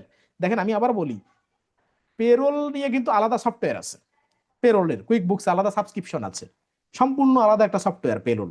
তা সেক্ষেত্রে 7,003, তা সেই সেই পেরোলের সাবস্ক্রিপশন আলাদা নিতে হয়, ঠিক আছে? তা সেই পেরোলটা আলাদা, কিন্তু আমাদের কুইক বুকসে যতটুকু আছে মোটামুটি স্মল মিডিয়াম সাইজ ইন্ডাস্ট্রি, যদি ওই এরকম না হয় যে গার্মেন্টস ইন্ডাস্ট্রি যে যেখানে এমপ্লয়ি আছে একটা প্রতিষ্ঠানে 5,000 7,000, ওইরকম যদি না হয়, র্যান্ডম যে না 25 30 40 জন 50 জন এমপ্লয়ি আছে, তাতে আমাদের কুইক বুক সফটওয়্যার এনাফ সেই পেরোলের কাজ করার জন্য। কিন্তু যদি অ্যাডিশনাল কোনো মানে এরকম থাকে যে না ওইটা ম্যাক্সিমাম, মানে ওই প্রতিষ্ঠানটা বিখ্যাত কিসের জন্য, ওই বেশি এমপ্লয়ি বা ওদের মানে ম্যাক্সিমাম হচ্ছে সব ওই ধরেন এমপ্লয়ি বেস, তা সেক্ষেত্রে তাদের জন্য আলাদা পেরোলের সাবস্ক্রিপশন নিতে হয়, ঠিক আছে? এটা কুইক বুকস এর আলাদা পেরোলের সফটওয়্যার। আচ্ছা, এখানে আমরা কি করব, এক্সপেন্সে যাব, এখানে যে পেরোল এক্সপেন্সেস, ওকে। আবার এটা make this sub account, sub অ্যাকাউন্টে যে এখানে প্যারেন্ট অ্যাকাউন্ট পেরোল দিয়ে দিলাম, আর এখানেও পেরোল ট্যাক্সেস দিয়ে আমরা সাব অ্যাকাউন্ট করে ফেললাম। ওভারঅল আমাদের সবগুলো অ্যাড করা হলো। এখন আপনার যদি মনে হয় যে এইগুলো কোথায় গেল, এই যে এই কয়টা, এটা কই গেল, এই কয়টা আমরা এখন বাল্ক আকারে অ্যাড করবো, এই কয়টার সাথে আরো অন্তত মানে অনেকগুলো, অর্থাৎ 70, দেখি আমি দেখি এই লিস্টে কতগুলো আছে, সেটা আমরা এখন অ্যাড করব।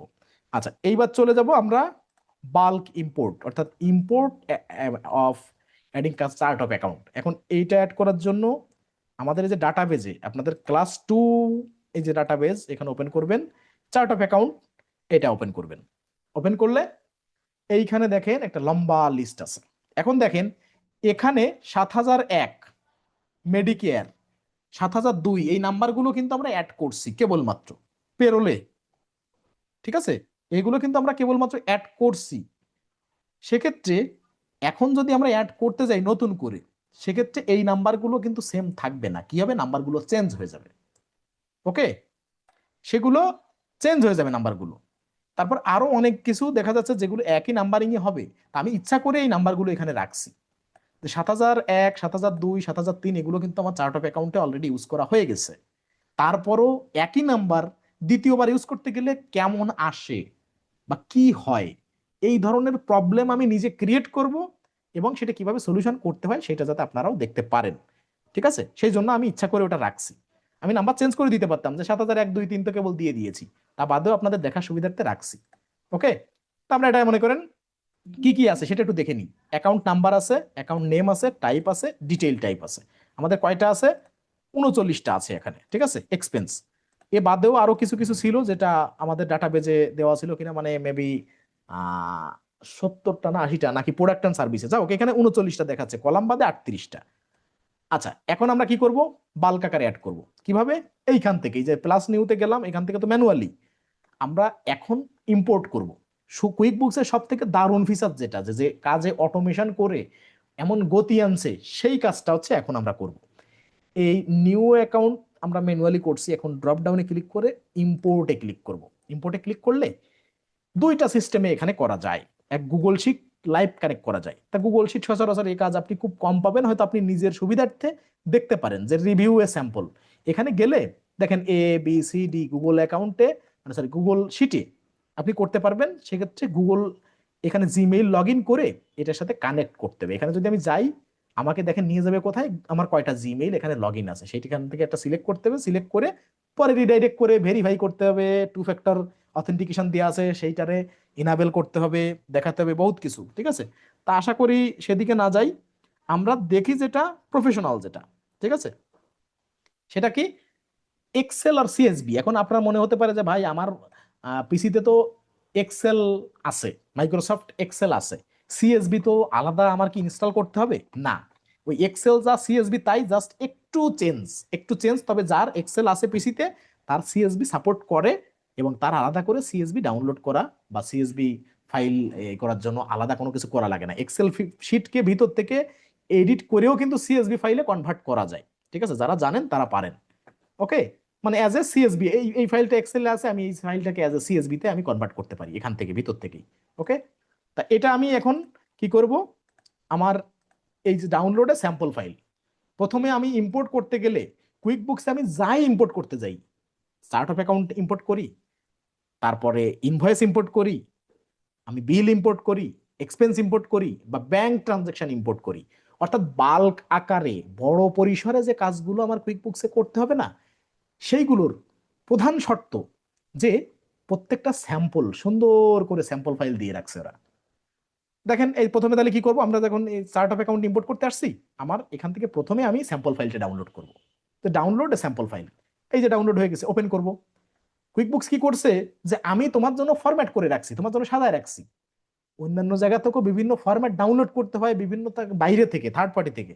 আর কুইকবুকসে কাজ করার জন্য যা কিছু করার সব এই কুইকবুক সফটওয়্যারের ভিতর থেকে নেওয়া যায়, বাইরে থেকে নেওয়ার কোনো কিছু নাই।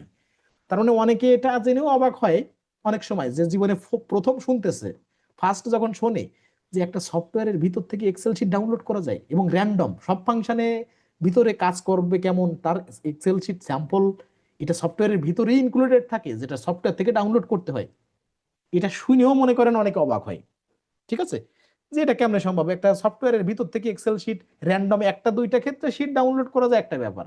কিন্তু ইনভয়েস, এক্সপেন্স, বিল যা কিছু আমরা অ্যাড করতে যাই, সব সেক্টরের ভিতর থেকে এক্সেল সব মানে শিট আলাদা আলাদা কলাম অনুযায়ী স্যাম্পল ডাউনলোড করা যায়। ঠিক আছে, এটা অনেকে জানে না, শুনে প্রথমেই মনে করেন অবাক হয়ে যায়, এটা স্বাভাবিক। এখন এই ক্ষেত্রে দেখেন স্যাম্পল ফাইলে কি বলা আছে, যে account number, account name, type, detail type. Account number অবশ্যই আপনি দেখছেন যে নাম্বারিং যেটা আমরা গ্যাপের স্ট্যান্ডার্ড অনুযায়ী করছি, এটা হচ্ছে তাই, চারটা দিলে চারটা, ছয়টা দিলে ছয়টা, সব জায়গায় নাম্বার সংখ্যা সেম থাকবে, শুধু অ্যাকাউন্টটাকে আলাদাভাবে মানে বোঝার জন্য, যেটা এটা ধরন কি, এটা নেচার কি, এটা এক্সপেন্স নাকি বিল নাকি অন্য কিছু, সেটার জন্য নাম্বারিং করি। তাহলে আমরা অবশ্যই এক্সপেন্স যেখানে দিব সেখানে আমরা ইনকাম দিব না, ইনকাম যেখানে দিব সেখানে অবশ্যই ইকুইটি দিব না, ইকুইটি যেখানে দিব সেখানে লায়াবিলিটি দিব না। তার মানে আমার কথা হচ্ছে, আপনি এক্সপেন্স ইম্পোর্ট করবেন বাল্ক আকারে, শুধু এক্সপেন্স রাখেন, আপনি বিল ইম্পোর্ট করবেন, বিল বল মানে বিল না, এখানে আপনি এক্সপেন্স বাদে ইনকাম ইম্পোর্ট করবেন, করেন, সেটা ইনকামের জন্য আলাদা শিট। আপনি ইকুইটি ইকুইটি আপলোড করবেন, সেই শিটে শুধু ইকুইটি রাখেন। আপনি লায়াবিলিটি ইম্পোর্ট করবেন, শুধু লায়াবিলিটি রাখেন। যেটা ইম্পোর্ট করবেন সেটা 10টা হোক, 20টা হোক, 500 হোক, 5,000 হোক, আপনি সেটা আলাদা রাখেন। আলাদা রেখে আপনি যত খুশি তত ইম্পোর্ট করেন, কিন্তু একসাথে এক্সপেন্সও দিলেন, ইনকামও দিলেন, ইকুইটিও দিলেন, এটা কেমন? এটা করেন না। হবে না তা না, হবে, কিন্তু আমি বলবো এটা করেন না। ঠিক আছে, এটা হবে, এটা হয়, যদি কেউ জানতে চান যে এটা হয় কি না হয়, আমি বলবো না যে হয় না। ঠিক আছে, তাহলে আমরা কি করব, স্যাম্পল ফাইলটা ডাউনলোড করব, ডাউনলোড করে এখানে নাম্বার আছে, এখানে অ্যাকাউন্ট নেম আছে, অর্থাৎ ডিটেইল হিসাবটা কি, কোন ধরনের হিসাব এটা, সেটার নাম আছে। টাইপ কি হবে, ওই যে অ্যাকাউন্ট টাইপ। আর ডিটেইল টাইপ কি হবে, কি ডিটেইল টাইপ। ঠিক আছে, যেটা চার্ট অফ অ্যাকাউন্ট থেকে বলে এতগুলো ম্যানুয়ালি করলাম, তো সেগুলো এখানে ফিল আপ করতে হবে আগে থেকে। এই শিটটা ডাউনলোড করলাম স্যাম্পল ফাইল, এখন আমার প্রথম কাজ হবে চোখ বুঝে 1 নাম্বার কলামে কিছুতে হাত দেওয়া যাবে না, চোখ বুঝে 2 নাম্বার কলাম থেকে এই যে যে হলুদ কালার স্যাম্পল ট্যাম্পল এগুলো লেখা আছে, এগুলো সব ডিলিট। ডিলিট ডিলিট করলে কি হবে, এই ফাইলটা যেটা স্যাম্পল ফাইল, এইটার 1 নাম্বার কলামে আমি মনের ভুলেও কোথাও হাত দিব না। শুধু এই চার্ট অফ অ্যাকাউন্ট অ্যাড করার ক্ষেত্রে না, আমি যদি ব্যাংক অ্যাড করি, আমি যদি এক্সপেন্স অ্যাড করি, আমি যদি প্রোডাক্ট অ্যান্ড সার্ভিস অ্যাড করি, আমি যদি আহ, মানে সাপ্লাইয়ার এবং কাস্টমার অ্যাড করি, কখনো আমি 1 নাম্বার কলাম এডিটও করব না, কোনো জায়গায় ক্লিক করেও এরকম একটু ক্লিক করে দেখবো না, কারণ যদি ভুল হয়ে যায় তাহলে আমার হবে না। বরং এই শিটটা আমি এমন ভাবে রাখবো যে 1 নাম্বার কলামে আমি হাত না দিয়ে 2 নাম্বার 3 নাম্বারে আমার স্যাম্পল হিসেবে যা দিবে সেই ডাটাগুলো টান দিয়ে ডিলিট করে দিব। 1 নাম্বার কলামের আমার এটা থাকবে, মানে কি, এটাকে আমি ইউজ করতে পারবো পরবর্তী ইম্পোর্টের ক্ষেত্রে, আমার নতুন করে কলাম করার প্রয়োজন হবে না। আশা করি বুঝতে পারছেন। তার মানে এটা আমার একটা রেডি থাকলো, তাহলে আমি এটা কন্ট্রোল S দিয়ে আমি সেভ করে রাখলাম। সেভ করে এটাকে কেটে দিলাম। কেটে দিয়ে এই যে যেটা আমার রেডিমেড ফাইল দেওয়া আছে, ধরেন আমার বায়ার এটা আমাকে দিয়েছে, এইখান থেকে আমি ডাটাটা ডিরেক্টলি ইম্পোর্ট করে দিতে পারি। আমি জানি এই ফাইলটা রেডি ফাইল এবং আমি রেডি করে রাখছি আপনাদের জন্য, সেক্ষেত্রে এটা ইম্পোর্ট করা যায়। কিন্তু আমি এটা ইম্পোর্ট করব না, নতুন করে কিভাবে ইম্পোর্ট করতে হয় সেটা আপনাদের দেখাবো। এখন আমি চলে যাব কোথায়, আমি আমার ডাউনলোডের ওইখানে চলে যাব। এইখানে ডাউনলোডে গেলাম, দিস পিসিতে যে ডাউনলোডে গেলাম, এই যে যে কেবলমাত্র যেটা আমি রেডি করছি এটাকে আমি কাট করে নিয়ে আসবো, অবশ্যই কপি করে আনবো না। এই স্যাম্পল ফাইল যেটা আমি আনছি কেবল, এটাকে কাট করে নিয়ে আসবো, কপি করে আনা যাবে না। আনলে মানে হবে না তা না, আনলে হয় কি দুটো একটা মানে মানে এটা কি জানো কি কম্পেনিয়ন মোড নাকি অন হয়ে যায়, ঠিক আছে, যে ওইখানে এক কপি আছে আর এখানে আর এক কপি এডিট হয়ে গেছে, দুটো দুই রকম হয়ে গেলে একটা ঝামেলা হয়ে যায়। কাজে আমরা এখান থেকে কি করব, এটাকে রিনেম করব। রিনেম এখন না, রিনেম একটু পরে করি, এটাকে আমার জাস্ট ডিসপ্লে এনে রাখবো কাজ করার সুবিধার্থে। এবার ওপেন করলাম, ওপেন করে দেখেন তো এই কি সেই ফাইলটা কিনা, এই এডিট এনাবেল গেলাম, দেখেন এই সেই ফাইলটা, তার মানে সব ঠিক আছে। এখন আমার বায়ার আমাকে যে ফাইলটা দিয়েছে সেই ফাইল এইটা, ধরেন এখানে সে দিয়েছে 38টা কলাম সহ 39টা, তাহলে আমার কি করতে হবে, প্রথমে অ্যাকাউন্ট নাম্বার, এটা দেখলাম আমার আমার যে শিটটা ডেমো শিট, সেখানে কি আছে অ্যাকাউন্ট নাম্বার, ঠিক আছে, তাহলে অ্যাকাউন্ট নাম্বার ব্ল্যাঙ্ক আছে। আমি চাইলে একটানে চারটাই সব নিয়ে আসতে পারি, কিন্তু আমি প্রথম অবস্থায় যেহেতু কুইক বুকসে আমি প্রথমে এটা করব না, আমি আস্তে আস্তে এক্সপার্ট হই, একবারে ওই কোনটায় কি আছে কোনো কলাম উলট পালট থাকতেই পারে, আমি সেটা যদি ভুল করে ওভার কনফিডেন্স দেখাতে চাই তাহলে আমার ভুল হবে, আমার ভুল হলে আমার ক্লায়েন্টের ভুল হবে, আমার ক্লায়েন্টের ভুল হলে আমার ওই ওনার কাছ থেকে কাজ পাওয়াটাই বন্ধ হয়ে যাবে। কাজেই প্রথমে এক একটা কলাম করে করেন, এক্সপার্ট একদিনে হবেন না, একটু স্লো স্লো হন, সমস্যা নেই। আজ তাহলে অ্যাকাউন্ট নাম্বার দেখলাম এই কলামে আগে ডাটা লাগবে, তাহলে আমার কি করতে হবে, এইখানে যাব, যে এইখান থেকে টান দিয়ে আমি এইগুলো নিয়ে আসবো। নিয়ে এসে আমি জানি যে 7001, 7002, 7003 এই নামে চার্ট অফ অ্যাকাউন্টের নাম্বারিং আমার করা আছে, আমি তারপরে ইচ্ছাকৃত দিচ্ছি, দিয়ে দেখবো যে একই নাম্বার দ্বিতীয়বার অ্যাড করতে গেলে কি ধরনের প্রবলেম দেখায়। ওকে, তাহলে দিলাম নাম্বার, এবার লাগবে কি এখান থেকে দেখে যাব কি ব্ল্যাঙ্ক আছে আর আমার কি আনতে হবে, দেখে ওইখান থেকে নিয়ে আসবো। এবার লাগবে অ্যাকাউন্ট নেম, অ্যাকাউন্ট নেম, ওকে, এই পর্যন্ত নিলাম, নিয়ে দিয়ে দিলাম। এবার দেবো টাইপ, কোন টাইপ, অ্যাকাউন্ট টাইপ, ওকে, এই যে টাইপ সব এক্সপেন্স আমি সব নিয়ে আসতেছি, মেজর হচ্ছে সব টাইপ এক্সপেন্স হবে, যেহেতু সব এক্সপেন্স শুধুই আমরা ইম্পোর্ট করতেছি এক্সপেন্স। এবার ডিটেইল টাইপ কোনটার কি হবে সেটা আমি নিয়ে আসতেছি, ওকে, এই এই পর্যন্ত নিলাম, কপি করলাম, এইখানে দিলাম, এই ডিটেল টাইপ এটা দিলাম, ওকে, আমার কমপ্লিট হয়ে গেছে, সাজানো ফাইলটা সাজানো। এখন আবার একটু রিভিউ করবো, নেমের জায়গা সরি অ্যাকাউন্ট নাম্বারের জায়গা সব ঠিক আছে কিনা, অ্যাকাউন্ট নেমে সব ঠিকঠাক আছে কিনা, টাইপ ঠিকঠাক আছে কিনা, ডিটেল টাইপ ঠিকঠাক আছে কিনা, ঠিক আছে। আমি আবার চেক করব যদি কখনো বায়ার ভুল টুল দিয়ে থাকে, তাহলে আমরা কি করব, এই যে যে বায়ারের ফাইলটা এটা দেখে প্রস্তুত করব, ধরেন কোথাও দেখা যাচ্ছে ভুল দেয়া যেটা কোনো একটা ক্যাটাগরি হতে পারে না কিন্তু যে কোনো কারণে দেওয়া, বা টাইপিং মিস্টেক বা আদার কোনো ইস্যু এরকম যদি থেকে থাকে, তাহলে সেগুলো আমরা একটু ঘাটাঘাটি করে সেগুলো সমাধান করার চেষ্টা করবো। ওকে, তাহলে আমরা সবকিছু যখন ঠিকঠাক হয়ে গেল, আমাদের এই ফাইলটা কোথায় আছে, পিসিতে আছে, মানে ডেস্কটপের পরে, ঠিক আছে। আচ্ছা, এটা আমরা কেটে দিব, কেটে দিয়ে আমাদের বায়ার ফাইলটা যেটা আগের যে ফাইল সেটা রাখবো। এখন এই ফাইলটাকে আমরা একটু ওপেন করে দেখি তো, যে ডাটা যা দিয়েছি ওটা কেটে দিয়ে আবার একটু ওপেন করে দেখি ঠিকঠাক আছে কিনা। হ্যাঁ ঠিকঠাক আছে, 39টা কলাম পর্যন্ত আসছে, সব ঠিকঠাক আছে। এখন আমরা এটাকে রিনেম করব, কেন রিনেম করব, এটা তো ইনসার্ট করতে হবে সফটওয়্যারে এখন ইম্পোর্ট করার জন্য, সেক্ষেত্রে এটা নাম আমরা চেঞ্জ করব। নাম দিব কি, এটা কি আমরা ইম্পোর্ট করতেছি, আমরা চার্ট অফ অ্যাকাউন্ট, ধরেন COA সংক্ষেপে বলা হয় COA, chart of account, COA আমি দিলাম ইউকে ক্লায়েন্ট, CLIENT, ওকে, এটা দিয়ে আমি নাম দিলাম। এই নাম দিয়ে আলাদাভাবে রিনেম করার কারণ কি, যে আমি এখন ইম্পোর্ট করব, এখন এইটা ফাইলটা কোথায় আছে, ডেস্কটপে, এখন এই ডেস্কটপে ফাইলটা আছে, এইটাকে আমার ইম্পোর্ট করতে হলে কি করতে হবে, নামটা মনে রাখতে হবে, কোথায় আছে লোকেশন এবং ফাইল নেমটা মনে রাখলে হাজার হাজার ফাইল যদি আমার পিসিতে থাকে তাহলে এইটা আমার আইডেন্টিফাই করতে সহজ হবে, এটা ইনসার্ট করতে সহজ হবে। তাহলে আমি কি করব, এটাকে ইনসার্ট করব, এখানে কোথায় আসবো, এই যে যেখান থেকে ডেমো ফাইল ডাউনলোড করছিলাম সেখানে আসবো, এসে প্রথমে 3টা stage, upload map data, map data অর্থাৎ ম্যাপিং, যে আপনি যেটা এখানে অ্যাড করতে যাচ্ছেন কুইক বুকস ফিল্ডে সেই জিনিসটা আছে কিনা, কুইক বুকসের মানে ফিচারের সাথে আপনার ডাটা ম্যাপিং করবে, ঠিক আছে, ম্যাপিং বা ম্যাচিং আপনি যেভাবে বোঝেন। এরপরে ফাইনালি সবকিছু মিললে তারপরে ইম্পোর্ট। তার মানে আগে আপলোড, তারপরে ম্যাপ ডাটা, তারপরে ইম্পোর্ট, তিনটা স্টেজ। তাহলে আমরা প্রথমে কি করব, আপলোড করব। কোথায়, এইখানে যে স্যাম্পল ফাইল ডাউনলোড করছি এখান থেকে, এই যে ব্রাউজে ক্লিক করব। ব্রাউজে ক্লিক করে আমার ফাইলটা কোথায় আছে, ডেস্কটপে আছে। ডেস্কটপে কি নামে আছে, একদম ডেস্কটপে মনিটরের উপরে ছেড়ে দেওয়া আছে, অর্থাৎ সিওএ ইউকে ক্লায়েন্ট এই নামে আছে। এটা সিলেক্ট করলাম, সিলেক্ট করে ওপেন করলাম সিওএ। ঠিক আছে, এখানে দুইটা ফাইল ফরম্যাট সাপোর্ট করবে, সিএসবি আর এক্সেল ফাইল।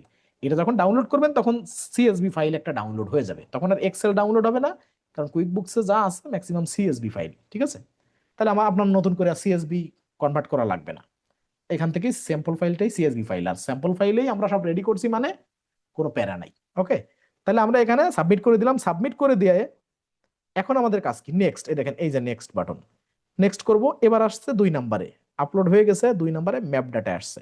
ম্যাপ ডাটা কি, যে map your field to QuickBooks field, মানে আপনার ফিল্ড কুইক বুকস এর ফিল্ড ম্যাপিং করান, মানে ম্যাচ করান। কুইক বুকস অনলাইন ফিল্ডে কি আছে, ডিটেইল টাইপ, আর আমার ফিল্ডে কি আছে, ডিটেইল টাইপ। তাহলে টিক মার্ক। ওকে, আমার এখানে অ্যাকাউন্ট নেম, কুইক বুকস এর অ্যাকাউন্ট নেম সব মিলে টিক মার্ক। কুইক বুকস এর অ্যাকাউন্ট নাম্বার, আমার অ্যাকাউন্ট নাম্বার। দেখেন এনটা এখানে ছোট হাত, এখানে বড় হাত, এটা কোনো ইস্যু না, এটা তারাই ভুল করছে দিতে। ঠিক আছে, কারণ তাদের ফিল্ডে যা দেওয়া আছে সেইটাই আমরা নিচ্ছি, কোনো এন ছোট হাত বড় হাত এটা নিয়ে ব্যাপার না। টাইপ টাইপ সবকিছু ম্যাচিং করছে, তার মানে ম্যাপ করছে, সবকিছু ম্যাপ করলে সবকিছু মিল হলেই টিকমার্ক আসছে। এরপরে নেক্সট। এখন দেখেন এই 7001, 2, 3 এর দুই একটা, মানে 7003 পর্যন্ত আছে কিনা জানি না, 7001, 2 কিন্তু আমাদের চার্ট অফ অ্যাকাউন্টে নাম্বারিং করা আছে, তারপরেও আমরা রাখছি, যেখানে দেখার আছে, কিছু অবজার্ভ করার আছে। তারপরে আমরা সর্বশেষ রিভিউ করব যে 38 পর্যন্ত ঠিকঠাক আছে কিনা। হ্যাঁ, ঠিকঠাক আছে। এখন আমরা কি করব, সব দেখলাম, যদি আরো কিছু বাদ দেওয়া থাকে তাহলে সেগুলো এখান থেকে টিকমার্ক উঠাই দিতে পারি, যে না আমি চাচ্ছি এই দুইটা ইম্পোর্ট করবো না, তাহলে এখনো টিকমার্ক উঠাই দিয়ে বাকিগুলো ইম্পোর্ট করতে পারি। কিন্তু আমি চাচ্ছি যে না, 38টাই accounts are ready to be imported, আমি 38টাই অ্যাড করবো। তারপরে কোনটা বাধা বিঘ্ন আসে অ্যাড করতে, যে সেটা পরে, যে 7001, 2 এ নাম্বার নিয়ে কোনো ইস্যু হলে আমি দেখবো, সমস্যা নেই। তাহলে আমরা কি করবো, সব দেখে নিলাম, রিভিউ করে নিলাম, ইম্পোর্টে ক্লিক করে দেবো। ইম্পোর্টে ক্লিক করলে দেখি আমাদের রিপোর্টটা কি দেয়।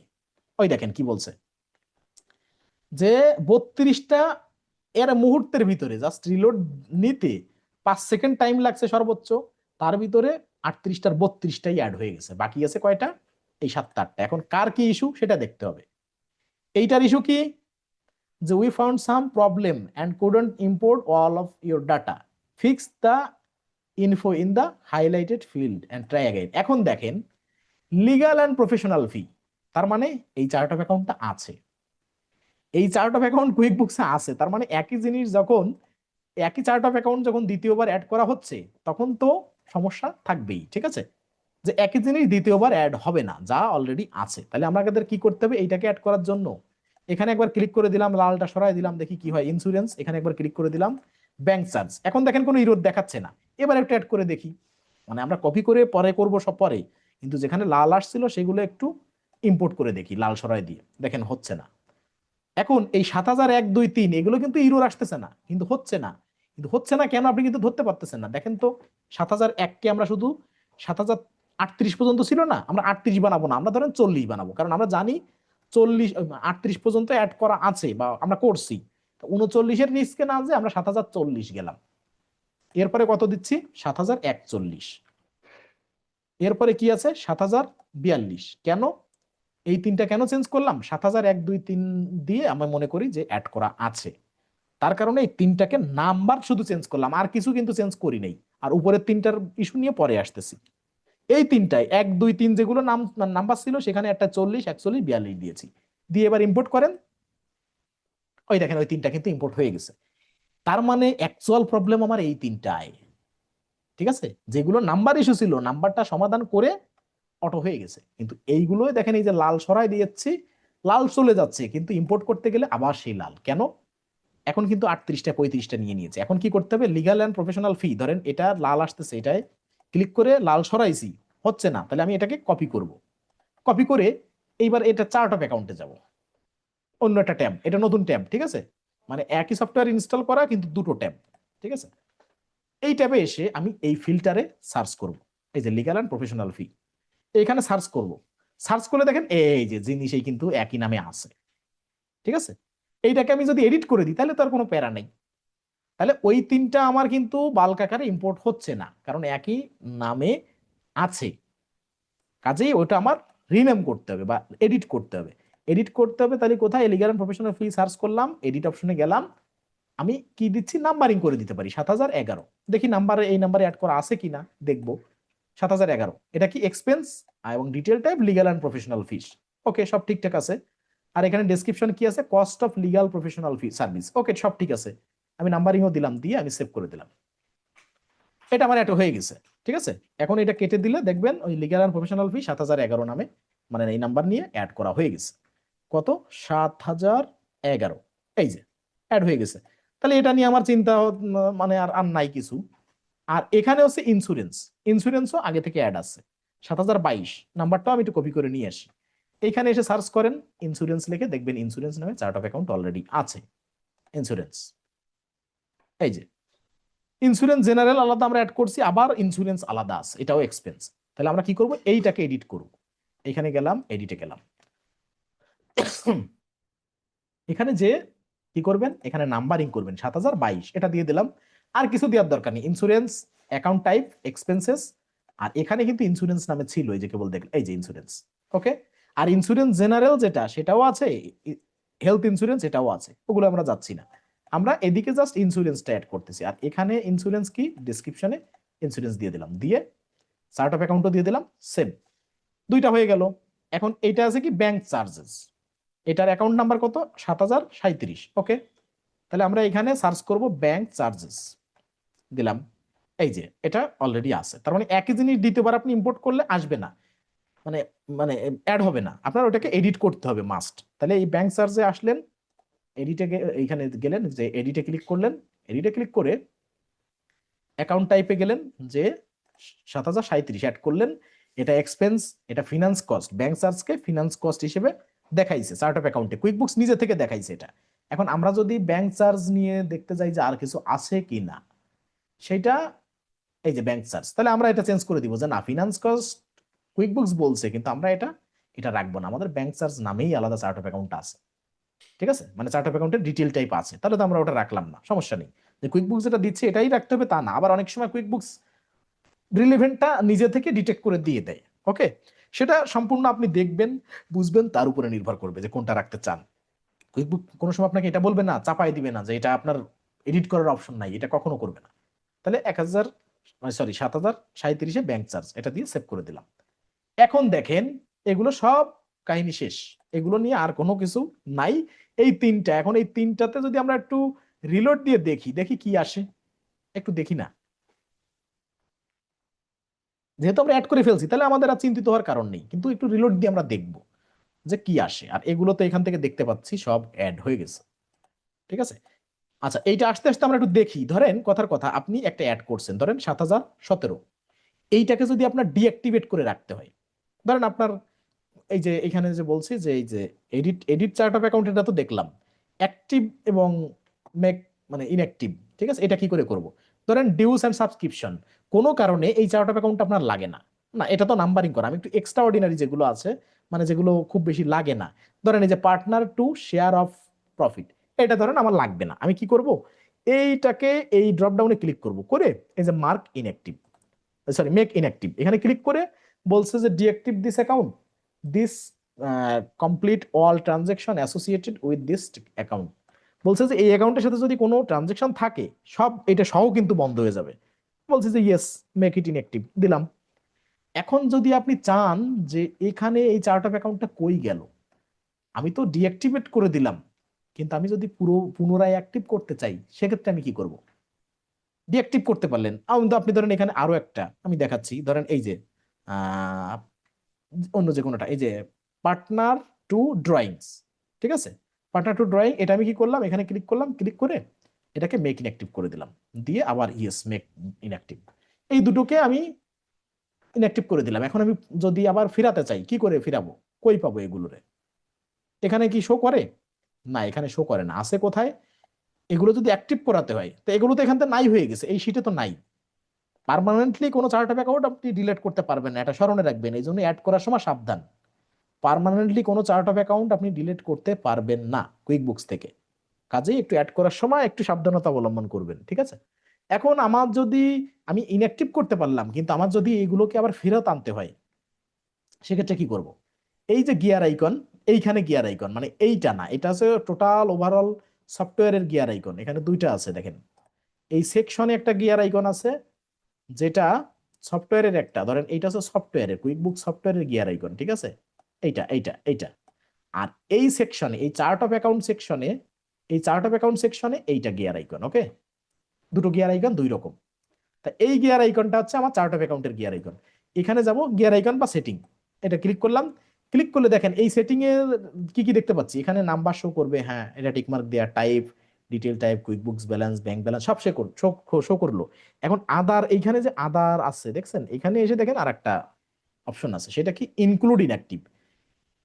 আগে আমরা পেজ সাইজটা ঠিক করি, যে এই পেজে কতগুলো চার্ট অফ অ্যাকাউন্ট দেখাক আপনি চাচ্ছেন।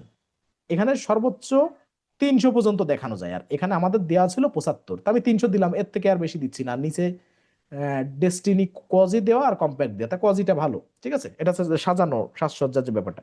তা পেজ সাইজ আমি 300 দিলাম, যে এক এক পেজে আমি চাই সর্বোচ্চ 300 চার্ট অফ অ্যাকাউন্ট শো করুক এক পেজে, এটা দিলাম। আর এই যে আদার যেটা আছে, ছোট করে আদার লেখা আছে, এখানে ইনক্লুড ইনঅ্যাক্টিভ, এখানে টিকমার্ক দেওয়া মানে কি, যে ইনঅ্যাক্টিভ গুলো এখানে আগে শো করা, শো করার পরে আপনি পরে ডিলেট টিলেট বা ই করবেন, যে ইনঅ্যাক্টিভ ছিল যেগুলো সেগুলো অ্যাক্টিভ করতে পারবেন, কিন্তু আগে শো করান।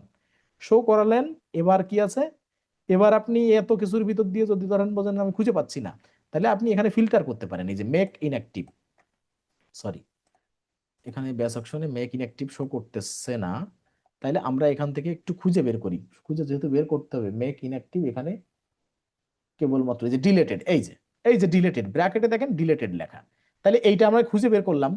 খুঁজে বের করে দেখেন এই যে make inactive, sorry make active, আগে যেখানে ছিল মেক ইনঅ্যাক্টিভ, এখানে ক্লিক করে রান রিপোর্টের জায়গায় যে মেক ইনঅ্যাক্টিভ করতে, তার এখানে মেক অ্যাক্টিভ, যে অ্যাক্টিভ করেন সেটা লেখা আছে, তাহলে আমরা খুঁজে পেলাম, আবার মেক অ্যাক্টিভে ক্লিক করে দিলাম, আবার অ্যাক্টিভ হয়ে গেল। এরপর আরেকটা কই, আরেকটাও এরকম পাশে লেখা থাকবে, সবগুলো লেখা থাকবে অ্যাকাউন্ট হিস্টোরি, এটা লেখা থাকবে মেক অ্যাক্টিভ, যে এটা ইনঅ্যাক্টিভ করে দিয়েছিলাম, এটা মেক অ্যাক্টিভ করে দিব। এই হচ্ছে এটা ইনঅ্যাক্টিভ থেকে অ্যাক্টিভ করার নিয়ম।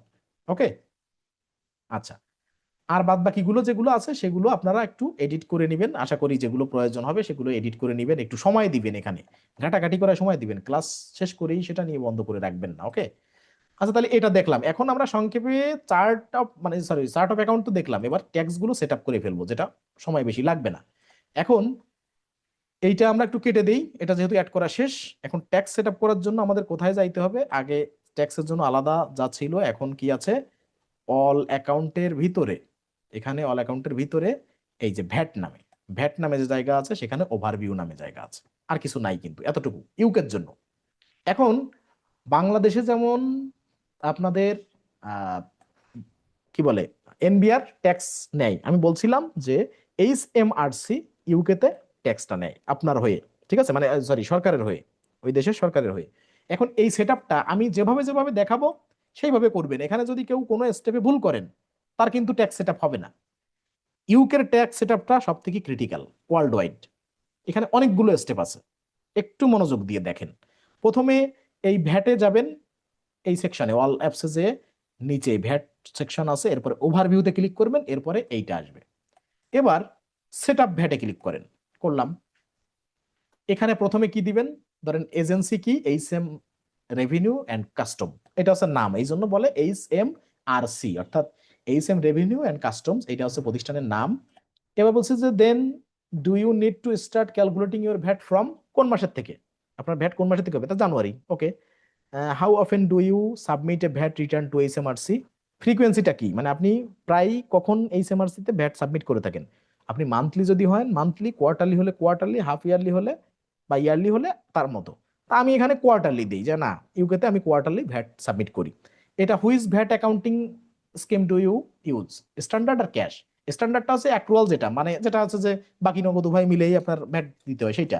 আর যেটা যে না আমি ক্যাশ কালেকশন যা করছি তার উপরে ভ্যাট দিই, এটা হচ্ছে সেইটা। তো আমরা স্ট্যান্ডার্ড দিচ্ছি। এবার what's your 9 digit VAT registration number. এখন এই যে আমরা কোম্পানি সেট আপের সময় যেটা নাম্বার দিয়েছিলাম রেজিস্ট্রেশন নাম্বার, এটাকে তো আমরা আবার ভ্যাট রেজিস্ট্রেশন নাম্বার হিসেবে ইউজ করছি। যদি আপনার সেম টু সেম হয় তাই দিবেন, এখন এটা আন্দাজের পরে দেওয়ার কিছু না, আপনার ক্লায়েন্ট আপনাকে যাই দিবে তাই দিবেন। এখন এখানে আমি বলছিলাম যে রেজিস্ট্রেশন নাম্বার যে যার যার মতো করে যার যারটা দিবেন, একই জিনিস দিবেন না। এখন আপনারা যেটা দিয়েছিলেন সেটা এখানে দিবেন, ঠিক আছে? যার যার কোম্পানির সেটিং থেকে দেখে এখানে দিয়ে দিবেন। ওকে, তা দিয়ে দিলাম, আমি আমার এটাতে দিলাম 9 ডিজিট।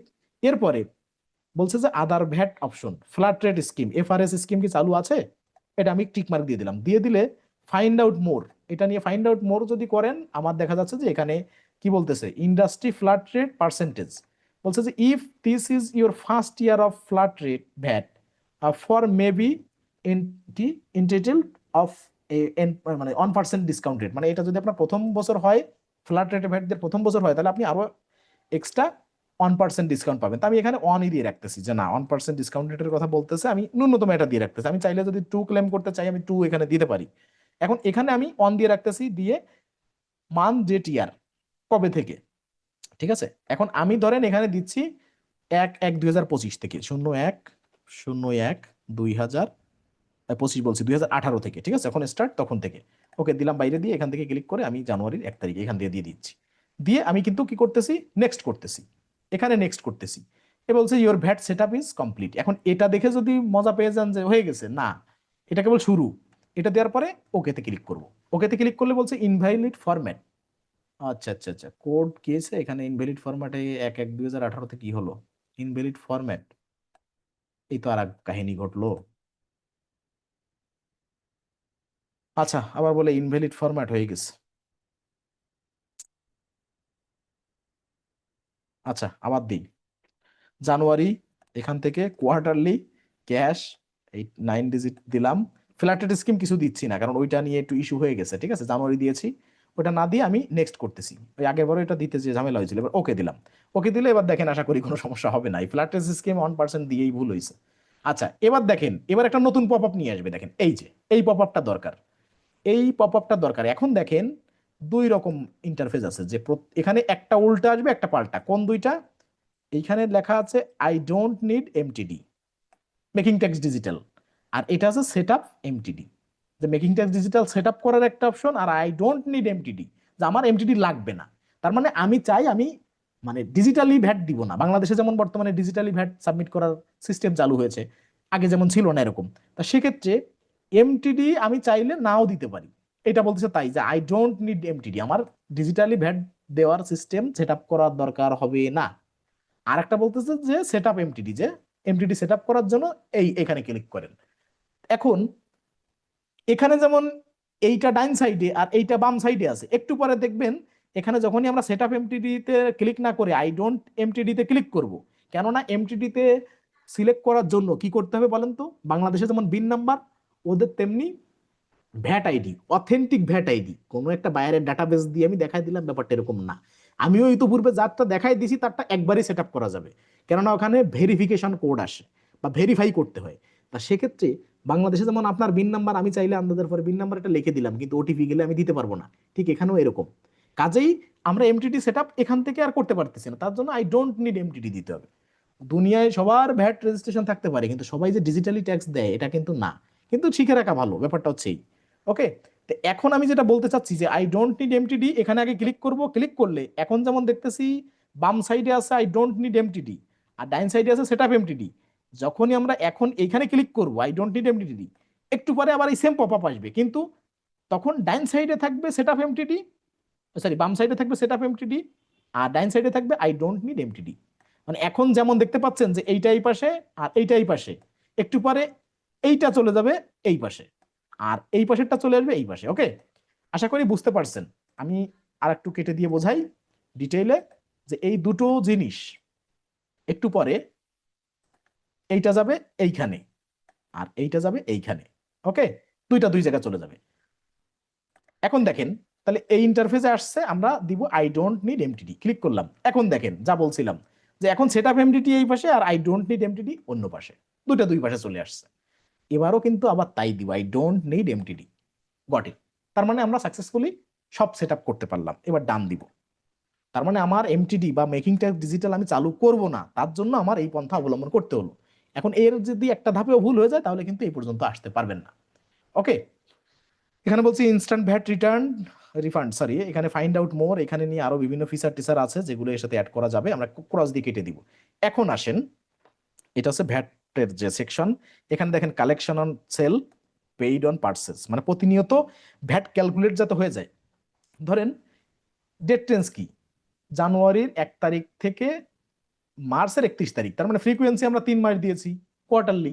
তাহলে এখানে ভ্যাটের ক্যালকুলেশনটা কি হবে ওভারঅল, যে আমি সেলসের থেকে, আমি সেলস করার মাধ্যমে যে ভ্যাটটা কালেকশন করব, কালেকশন অন সেলস, সেইটা তো কালেকশন করলাম ধরেন 10 টাকা।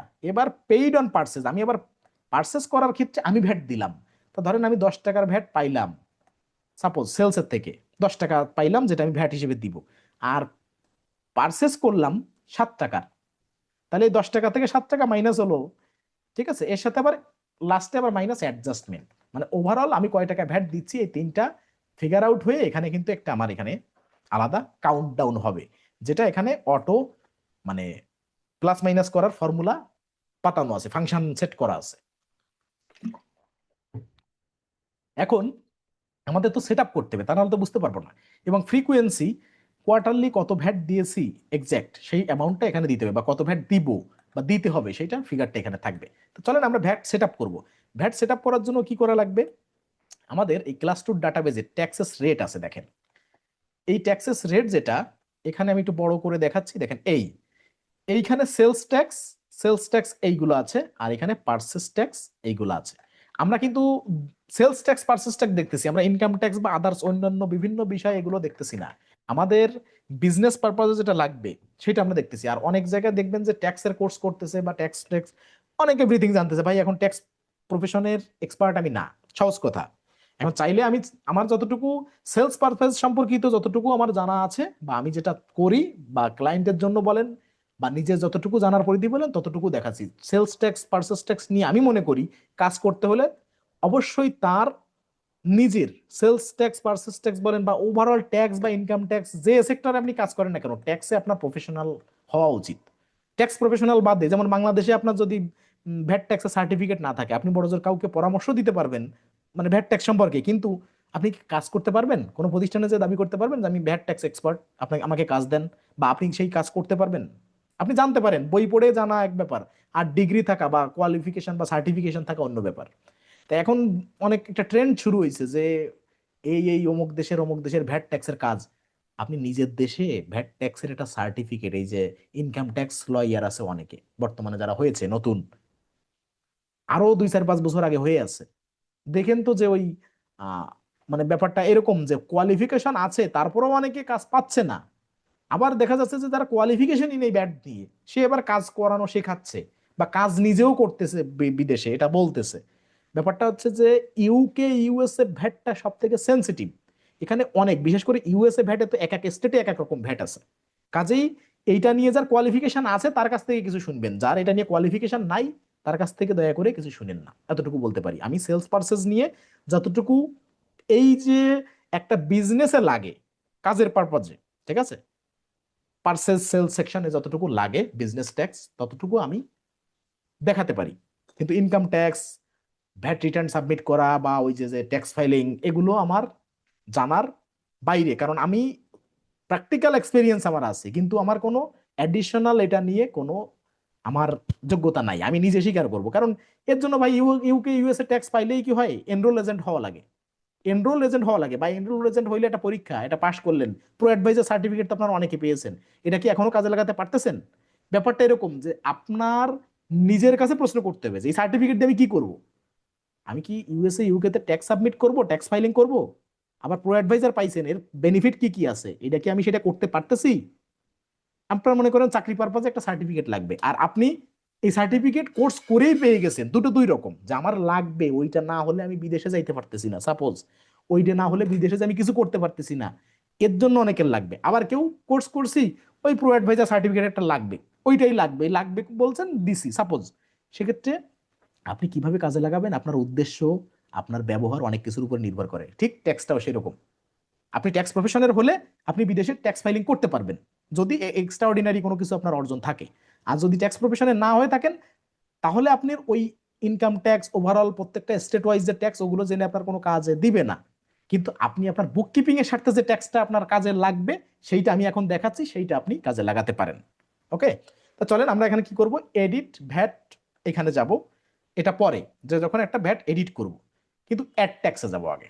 অ্যাড ট্যাক্সে যে ট্যাক্স রেট, ঠিক আছে, এইটার মাধ্যমে আমরা অ্যাড করব কোন ট্যাক্স গুলো। দেখেন এই যে সেলস পারচেজের যে ট্যাক্স, ধরেন এখানে সেলস ট্যাক্স যেটা 10%, দেখেন নামটা কিভাবে বুঝবেন, এই ট্যাক্স 10%, এই ট্যাক্স 8%, তার মানে ওই ট্যাক্স নামটা ট্যাক্স। এখন এখানে 6 রকমের ট্যাক্স আছে, আমি যেভাবে নাম দিয়েছি সব ক্লায়েন্ট যে এইভাবে নাম দিবে ব্যাপারটা এরকম তো না। নামে ভিন্নতা থাকতে পারে, পার্সেন্টেজে ভিন্নতা থাকতে পারে, রেটে ভিন্নতা থাকতে পারে, কিন্তু ওভারঅল আপনার অ্যাড করার প্রসিডিউর এইটা। সেটা এখানে 3 ধরনের ট্যাক্স আছে, সেলস পারচেজ ট্যাক্স আছে, জিরো রেটেড ট্যাক্স আছে, আর ট্যাক্স এক্সাম্পটেড একটা আছে, আবার গ্রুপ ট্যাক্সও আছে। এখন ট্যাক্স এক্সাম্পটেড আর জিরো রেটেড এটা কি এক? না। জিরো রেটেড ট্যাক্স ওই স্পেসিফিক কিছু প্রোডাক্ট বা সার্ভিসে ট্যাক্সের রেট জিরো, আর মানে স্পেসিফিক ভাবে ধরেন সাপোজ একটা হেলথ কেয়ার রিলেটেড একটা প্রোডাক্ট, ধরেন সার্জিক্যাল মাস্ক, ওইটা ওই নির্দিষ্ট ভূখণ্ডে সরকারের পক্ষ থেকে জিরো রেটেড ট্যাক্স ধার্য করা হয়েছে। আর ট্যাক্স এক্সেম্পটেড, এক্সেম্পটেড হচ্ছে মওকুফ করা, সেক্ষেত্রে স্পেসিফিক কিছু প্রোডাক্টে মওকুফ করা হয়েছে, সরকার কর্তৃক মওকুফ করা হয়েছে যে না এই সেগমেন্টের কিছু প্রোডাক্ট মওকুফ করা, সেটা হচ্ছে এক্সেম্পটেড। এখন আপনার দেখতেছেন যে জিরো রেটেড ট্যাক্স মানেও জিরো, এক্সেম্পটেডও জিরো, দুটো কি সমান অর্থ? অবশ্যই না। হয়তো পার্সেন্টেজ জিরো, কিন্তু একটা মওকুফ করা আর একটা ওই ট্যাক্স মানে ওই ওই ওই প্রোডাক্টের উপরে স্পেসিফিক প্রোডাক্টের ট্যাক্স রেটই 0%। দুটো দুই রকম, বিস্তর তফাৎ, ঠিক আছে। এরপরে আছে কি গ্রুপ ট্যাক্স। গ্রুপ ট্যাক্স কি? একাধিক ট্যাক্স মিলে যখন কোনো স্পেসিফিক প্রোডাক্ট বা গ্রুপ অফ প্রোডাক্টের উপরে অ্যাপ্লাই করা হচ্ছে, ধরেন দুইটা বা দুই বা ততোধিক ট্যাক্স একসাথে মিলে গ্রুপ ট্যাক্স হচ্ছে। সেক্ষেত্রে এই গ্রুপ ট্যাক্সটা কিন্তু আপনার একাধিক ট্যাক্স, সেটা দুইটা হইতে পারে, তিনটা হইতে পারে, একসাথে মিলে কোনো প্রোডাক্ট বা কোনো গ্রুপ অফ প্রোডাক্টের পরে অ্যাপ্লাই করা হয়।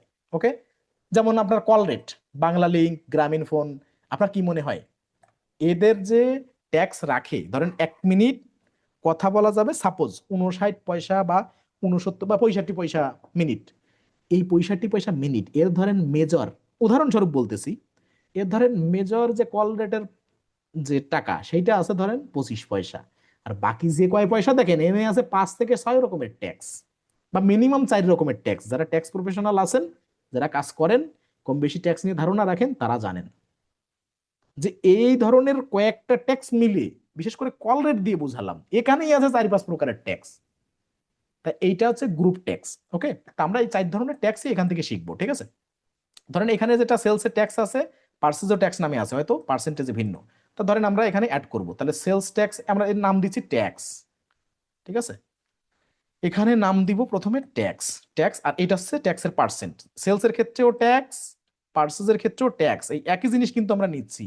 এই সেলসের ক্ষেত্রে এই ট্যাক্সটা 10%, পার্সেসের ক্ষেত্রে 8%। ওকে, তা চলেন কোথা দিয়ে আমরা করতেছি আবার একটু যাই, এই যে অ্যাড ট্যাক্স, এখানে ট্যাক্স রেট, এটা ট্যাক্স রেট, এটা গ্রুপ রেট, আর এটা কাস্টম ট্যাক্স। ট্যাক্স রেটের মাধ্যমে সেলস পার্সেস সম্পর্কিত সব ট্যাক্স অ্যাড করব, গ্রুপ রেটের মাধ্যমে গ্রুপ ট্যাক্স অ্যাড করব, আর ট্যাক্স এক্সাম্পটেড সেইটার এটা হচ্ছে কাস্টম ট্যাক্সের মাধ্যমে আমরা অ্যাড করব। এই 3 ধরনের ট্যাক্স এখানে অ্যাড করব।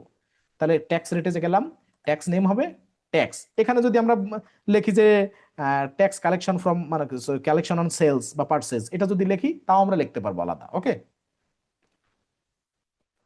এখন আমরা কি করব, না যেহেতু আমার দুটো ক্ষেত্রেই প্রযোজ্য, এখানে নাম দিলাম ট্যাক্স, ডেসক্রিপশনে জাস্ট ট্যাক্স দিছি। আপনারা আরো কিছু দিতে পারেন বা আরো কাস্টমাইজ করতে পারেন, আমি জাস্ট মানে কিভাবে সেট আপ করবেন সেটা দেখাচ্ছি।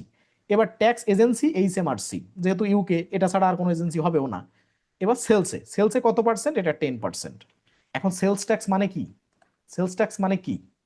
আপনার লায়াবিলিটি, যে আপনি সেল করছেন, ধরেন আপনার যে প্রোডাক্টটা আপনি একটা কাস্টমারের কাছে 10 টাকায় সেল করছেন, তার ভিতরে 8 টাকা হচ্ছে আপনার প্রোডাক্টটার বিক্রয় মূল্য, আর 2 টাকা আপনি সরকারের পক্ষ থেকে ওই 2 টাকা ওই প্রোডাক্টের উপরে ভ্যাট নিয়েছেন, ভ্যালু অ্যাডেড ট্যাক্স।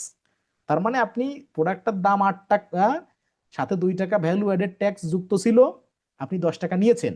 এখন ওই ট্যাক্স যতক্ষণ আপনি না দিচ্ছেন, ওই 2 টাকা না দিচ্ছেন, ওইটা আপনার লায়াবিলিটি। ওকে, তাহলে সেলস ট্যাক্সে আমরা লায়াবিলিটি। এবার পার্সেজে, আচ্ছা সেলস ট্যাক্সের অ্যামাউন্ট অন রিটার্ন লাইনে কি হবে? VAT due on sales and other output, ঠিক আছে এটা।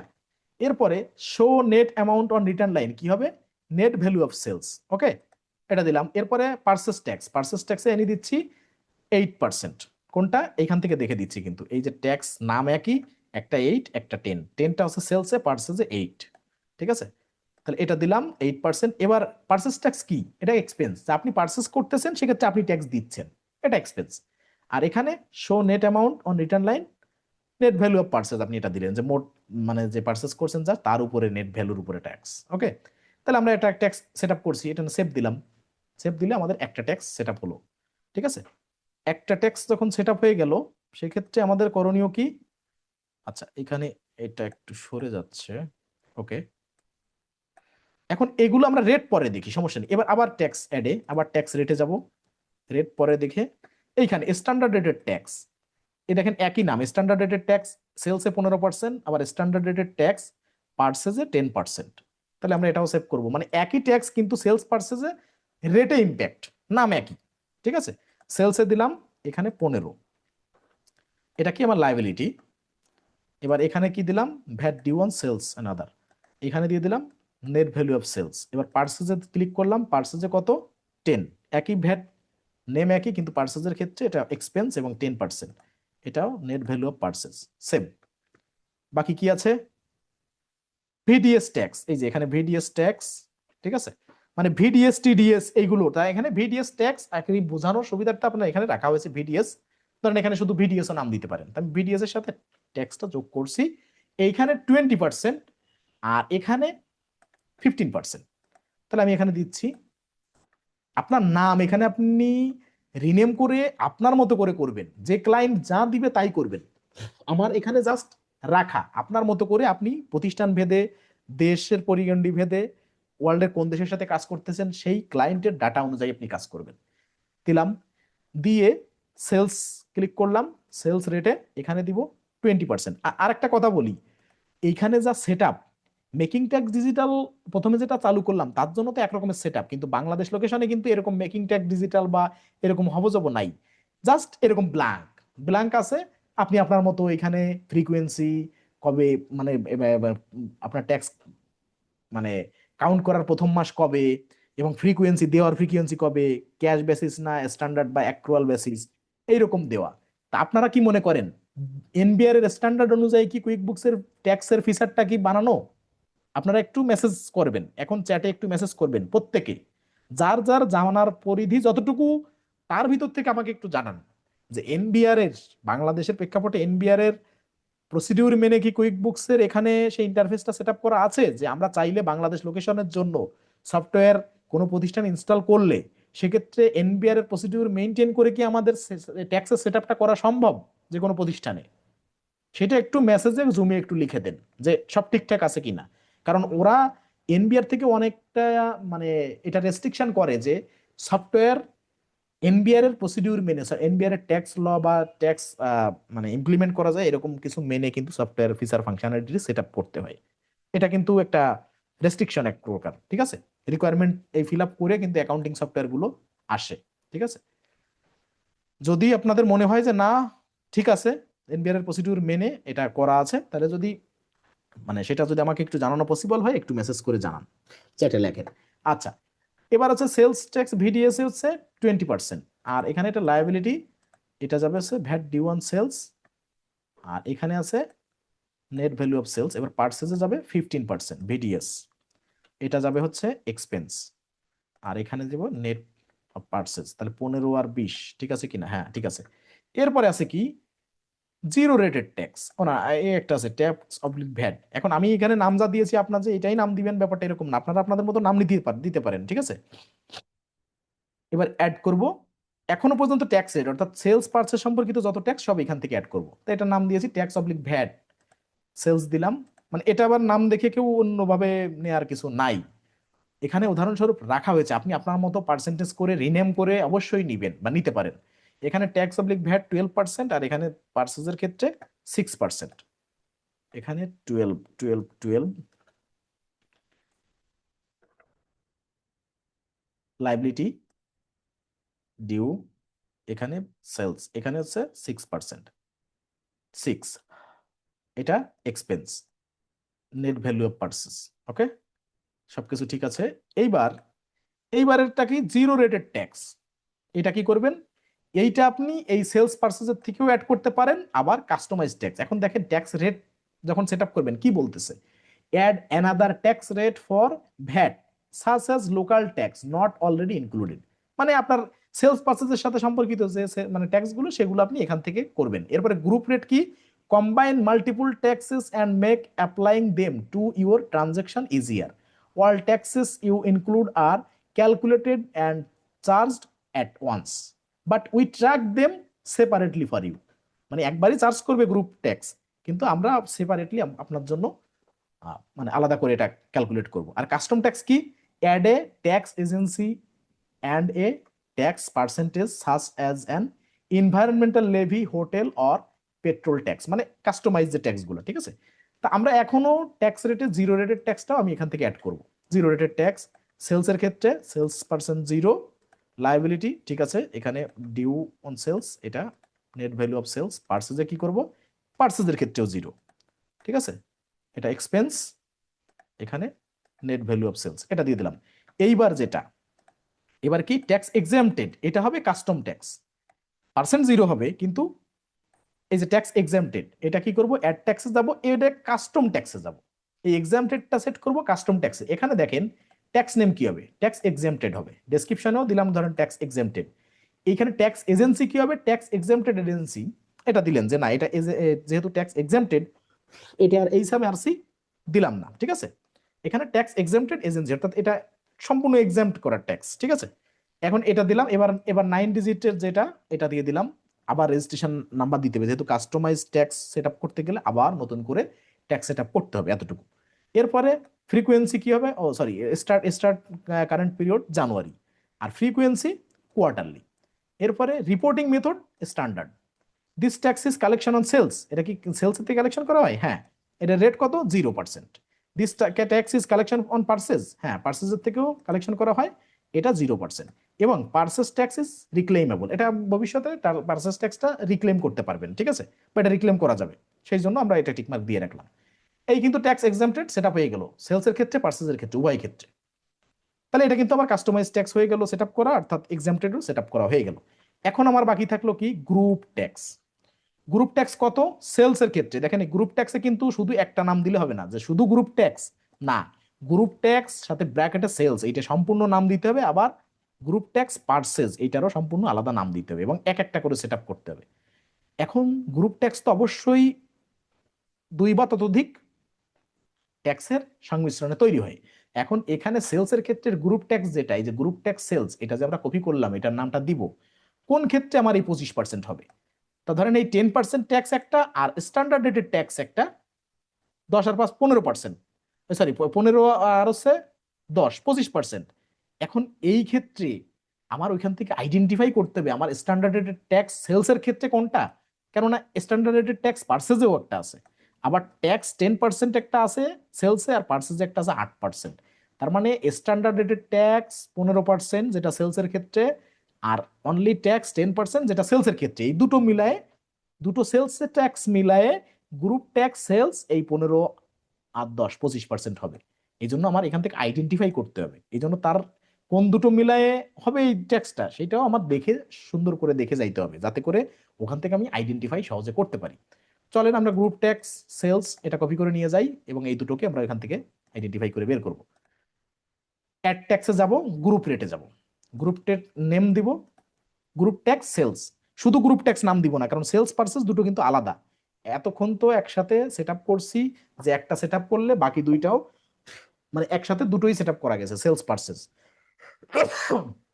কিন্তু গ্রুপ ট্যাক্সের বেলায় সেলস পার্সেস সম্পূর্ণ আলাদা অ্যাড করতে হবে।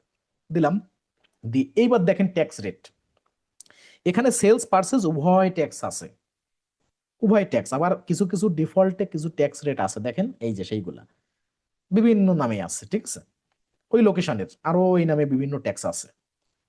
এখন আমাদের কি করতে হবে, এখান থেকে দুটো নিব, একটা হচ্ছে ট্যাক্স সেলস অর্থাৎ 10%টা, আর আছে স্ট্যান্ডার্ড রেটেড ট্যাক্স সেলস, এটা দিব। এই যে স্ট্যান্ডার্ড রেটেড ট্যাক্স সেলস, এই দুটো দিলাম। Applicable on net amount, net অ্যামাউন্টের উপরে অ্যাপ্লিকেবল হবে। ওকে, তাহলে tax sales, standard rated tax sales, এটা 10%, আবার একটু দেখি ট্যাক্স সেলস কত। এই যে ট্যাক্স সেলস এর ক্ষেত্রে 10%, স্ট্যান্ডার্ড রেটেড ট্যাক্স 15%, 10 আর 15 25। আরো যদি চান যে কোনো আরো একটা অ্যাড হবে, যে দুইটা জায়গা তিনটা রেট দিয়ে একটা গ্রুপ ট্যাক্স হবে, তাহলে অ্যাড ট্যাক্স রেট এটা ক্লিক করলে এখানে এরকম কলাম চলে আসবে। তো আমরা দুটো দিয়ে করতেছি, আপনার যদি তিনটা দিয়েও মনে হয় বা আরো কাস্টমাইজ করে কিছু করা লাগে সেগুলো আপনি করতে পারেন। তাহলে এখানে সে অপশন আছে। তাহলে এই দুটো দিয়ে গ্রুপ ট্যাক্স সেলস হচ্ছে, সেভ করলাম। সেভ করার পরে এবার আবার অ্যাড ট্যাক্সে গিয়ে আবার গ্রুপ রেট, এবার হবে কোনটা, পার্সেজের। এই যে গ্রুপ ট্যাক্স পার্সেজ। এখন এই পার্সেজে কত পার্সেন্ট, 18%। এটা কিভাবে হচ্ছে, ট্যাক্সের 8%, স্ট্যান্ডার্ড রেটেড ট্যাক্সের 10%। কিসের ক্ষেত্রে, ট্যাক্স যেটা পার্সেজের ক্ষেত্রে সেটা 8%, আর স্ট্যান্ডার্ড রেটেড ট্যাক্স যেটা পার্সেজের ক্ষেত্রে সেইটা মিলায় হচ্ছে। আর স্ট্যান্ডার্ড রেটেড ট্যাক্স 10% পার্সেজে, আর ট্যাক্স 8% পার্সেজে, 10 আর 8 18%, সেইটা নিয়ে গ্রুপ ট্যাক্স পার্সেজ এটা হচ্ছে 18%। কপি করলাম, কপি করে এখন আমরা আবার এখান থেকে নতুন করে add tax group rate, group name দিলাম গ্রুপ ট্যাক্স পার্সেস, ডেসক্রিপশন চলে আসলো। এখন কি করব, এখান থেকে দিব, নিচে চলে যাব, শুধু ট্যাক্স, এই যে ট্যাক্স পার্সেস এটা দিলাম। এইটার এখানে নিচেরটা কি হবে, tax standard rated tax purchase, এই যে স্ট্যান্ডার্ড রেটেড ট্যাক্স পার্সেস দিলাম। তাহলে এই ট্যাক্স পার্সেস যেটা, এটার কি হবে, net amount. Standard rated tax purchase এটা কি হবে, নেট অ্যামাউন্ট দিয়ে এই হচ্ছে সেভ। এখন দেখেন আমার কিন্তু যতগুলো ট্যাক্স এখানে আছে, সেলসের এই কয়টা, পার্সেসের এই কয়টা, আলাদা আলাদা কিন্তু, ঠিক আছে, এখান থেকে কিন্তু আলাদা, এগুলো পার্সেসের, উপরে এগুলো সেলসের। এখন আমার কি করতে হবে, আমি দেখবো কোথায় যে আমি অ্যাড করে গেলাম, অন্ধকারে কোথায় অ্যাড করলাম, দেখবো না? হ্যাঁ দেখবেন, কোথায়, এইখানে ভ্যাটে ক্লিক করেন। এখানে দেখেন যেগুলো অ্যাড করছেন, এখানে এখানে একটা ইম্প্যাক্ট আছে, কিন্তু এখনো কিন্তু সেই সেটআপের আসে নাই। এই যে ট্যাক্স এক্সামটেড বা আরো অনেক কিছু আসছে, কিন্তু কি করতে হবে এখন, এই যে এডিট ট্যাক্স বা ভ্যাট, এই যেগুলো আছে, এই যে এডিট ভ্যাট, এইখানে যখন থাকবে তখন আমার এখানে এডিট ভ্যাটে ক্লিক করতে হবে, ক্লিক করে এডিট সেটিং আর এডিট রেট। আগে দেখেন এডিট সেটিং এ যাই, এডিট সেটিং এ গেলে তো ওই যে যেগুলো সেটিং করছেন সেইগুলোর আবার সেটিং করা যাবে, এডিট করা যাবে ভবিষ্যতের জন্য। আর এডিট ভ্যাটে যে এডিট রেটে যখন যাবেন তখন দেখবেন আপনার ডাটাবেজে ডিফল্টে কুইক বুকস অনেকগুলো রাখছে এইগুলো। তো এগুলো কি আপনি চাচ্ছেন শো করুক? আমি চাচ্ছি যে না, এগুলো শো করুক না। এই যে 20% স্ট্যান্ডার্ড, এটা আমরা অ্যাড করছি, যেটা ওই দেশের জন্য কুইক বুকস অটোমেটিক দিয়ে রাখছে, তা আমরা চাচ্ছি এটা অফ করে দেবো, অন করব না, অন ছিল অফ করে দিব। আরো অনেক ট্যাক্স আছে যেগুলো কুইক বুকস দিয়েছে ঠিকই, কিন্তু অফ করে দিয়েছে। এই যে জিরো রেটেড আলাদা কুইক বুকস এখানে অ্যাড করে দিয়েছে, কিন্তু আমরা চাচ্ছি এটা অন না থেকে অফ করি, আমরা জিরো রেটেড অ্যাড করছি। এই যে এক্সামটেড ফ্রম ভ্যাট এটা একটা আছে, এইটা কুইক বুকস দিয়েছে কিন্তু আমরা এটা নিব না, আমরা আমাদের মতো অ্যাড করছি এক্সামটেড। এবার দেখেন নিচের গুলো, নিচের গুলো দেখেন ট্যাক্স, এই একটা স্ট্যান্ডার্ড রেটেড ট্যাক্স একটা, ভিডিএস ট্যাক্স বা tax VAT, zero rated tax, group tax, এগুলো সব অ্যাড করছি আমরা। যদি বলেন যে ট্যাক্স এক্সামটেডও তো অ্যাড করছি, সেটা কই, সেটা এখানে আসবে না, সেটা এখানে শো করবে না, কিন্তু কাজের ক্ষেত্রে আপনার শো করবে। কাজের ক্ষেত্রে ঠিকই শো করবে, এক্সামটেড ট্যাক্স আমরা যেটা অ্যাড করছি সেটা এখানে দেখাচ্ছে না বা দেখাবে না, কিন্তু কাজের ক্ষেত্রে অবশ্যই সেটা শো করবে, যখন কার্যক্ষেত্রে যাব তখন শো করবে। এবার আমাদের দেখা যাচ্ছে যে না, আমরা যে কয়টা শুধু অ্যাড করছি সেই কয়টাই এখানে শো আপ করা আছে, আর কোনোটা নাই। ওকে, তো এটাই অনেক, ঠিক আছে, এটা অনেক, আমরা কাজে যে এটার ইম্প্যাক্ট দেখব। তাহলে এখন আমরা ব্যাকে যাব, ব্যাকে গেলে ব্যাক টু সেলস ট্যাক্স, এগুলো কিন্তু সেলস পারচেস ট্যাক্স, ঠিক আছে, আর অর্থাৎ ভ্যালু অ্যাডেড ট্যাক্স বা এই ধরনের।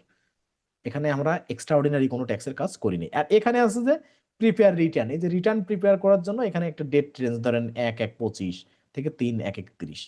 হ্যাঁ, আর এখন আজকের ডেটে বলতেছে ওই প্রথম রিটার্ন, যেহেতু এই বছরের রিটার্ন এখনো দেওয়া হয়নি, কেবল তো আমরা সেট আপ করছি, এখান থেকে আমরা সেই রিটার্নটা মানে প্রস্তুত করতে পারবো সেটা বলা। আর এখান থেকে আপনার এখান থেকে ভ্যাট গুলো দেখতে পারবেন, ঠিক আছে, ভ্যাট রেট এখানে ক্লিক করে আপনি একটু এখানে ব্যাকে যে ট্যাক্স এক্সামটেড বা অন্য কি কি অ্যাড করা আছে সেগুলো এখান থেকে দেখতে পারবেন, ঠিক আছে।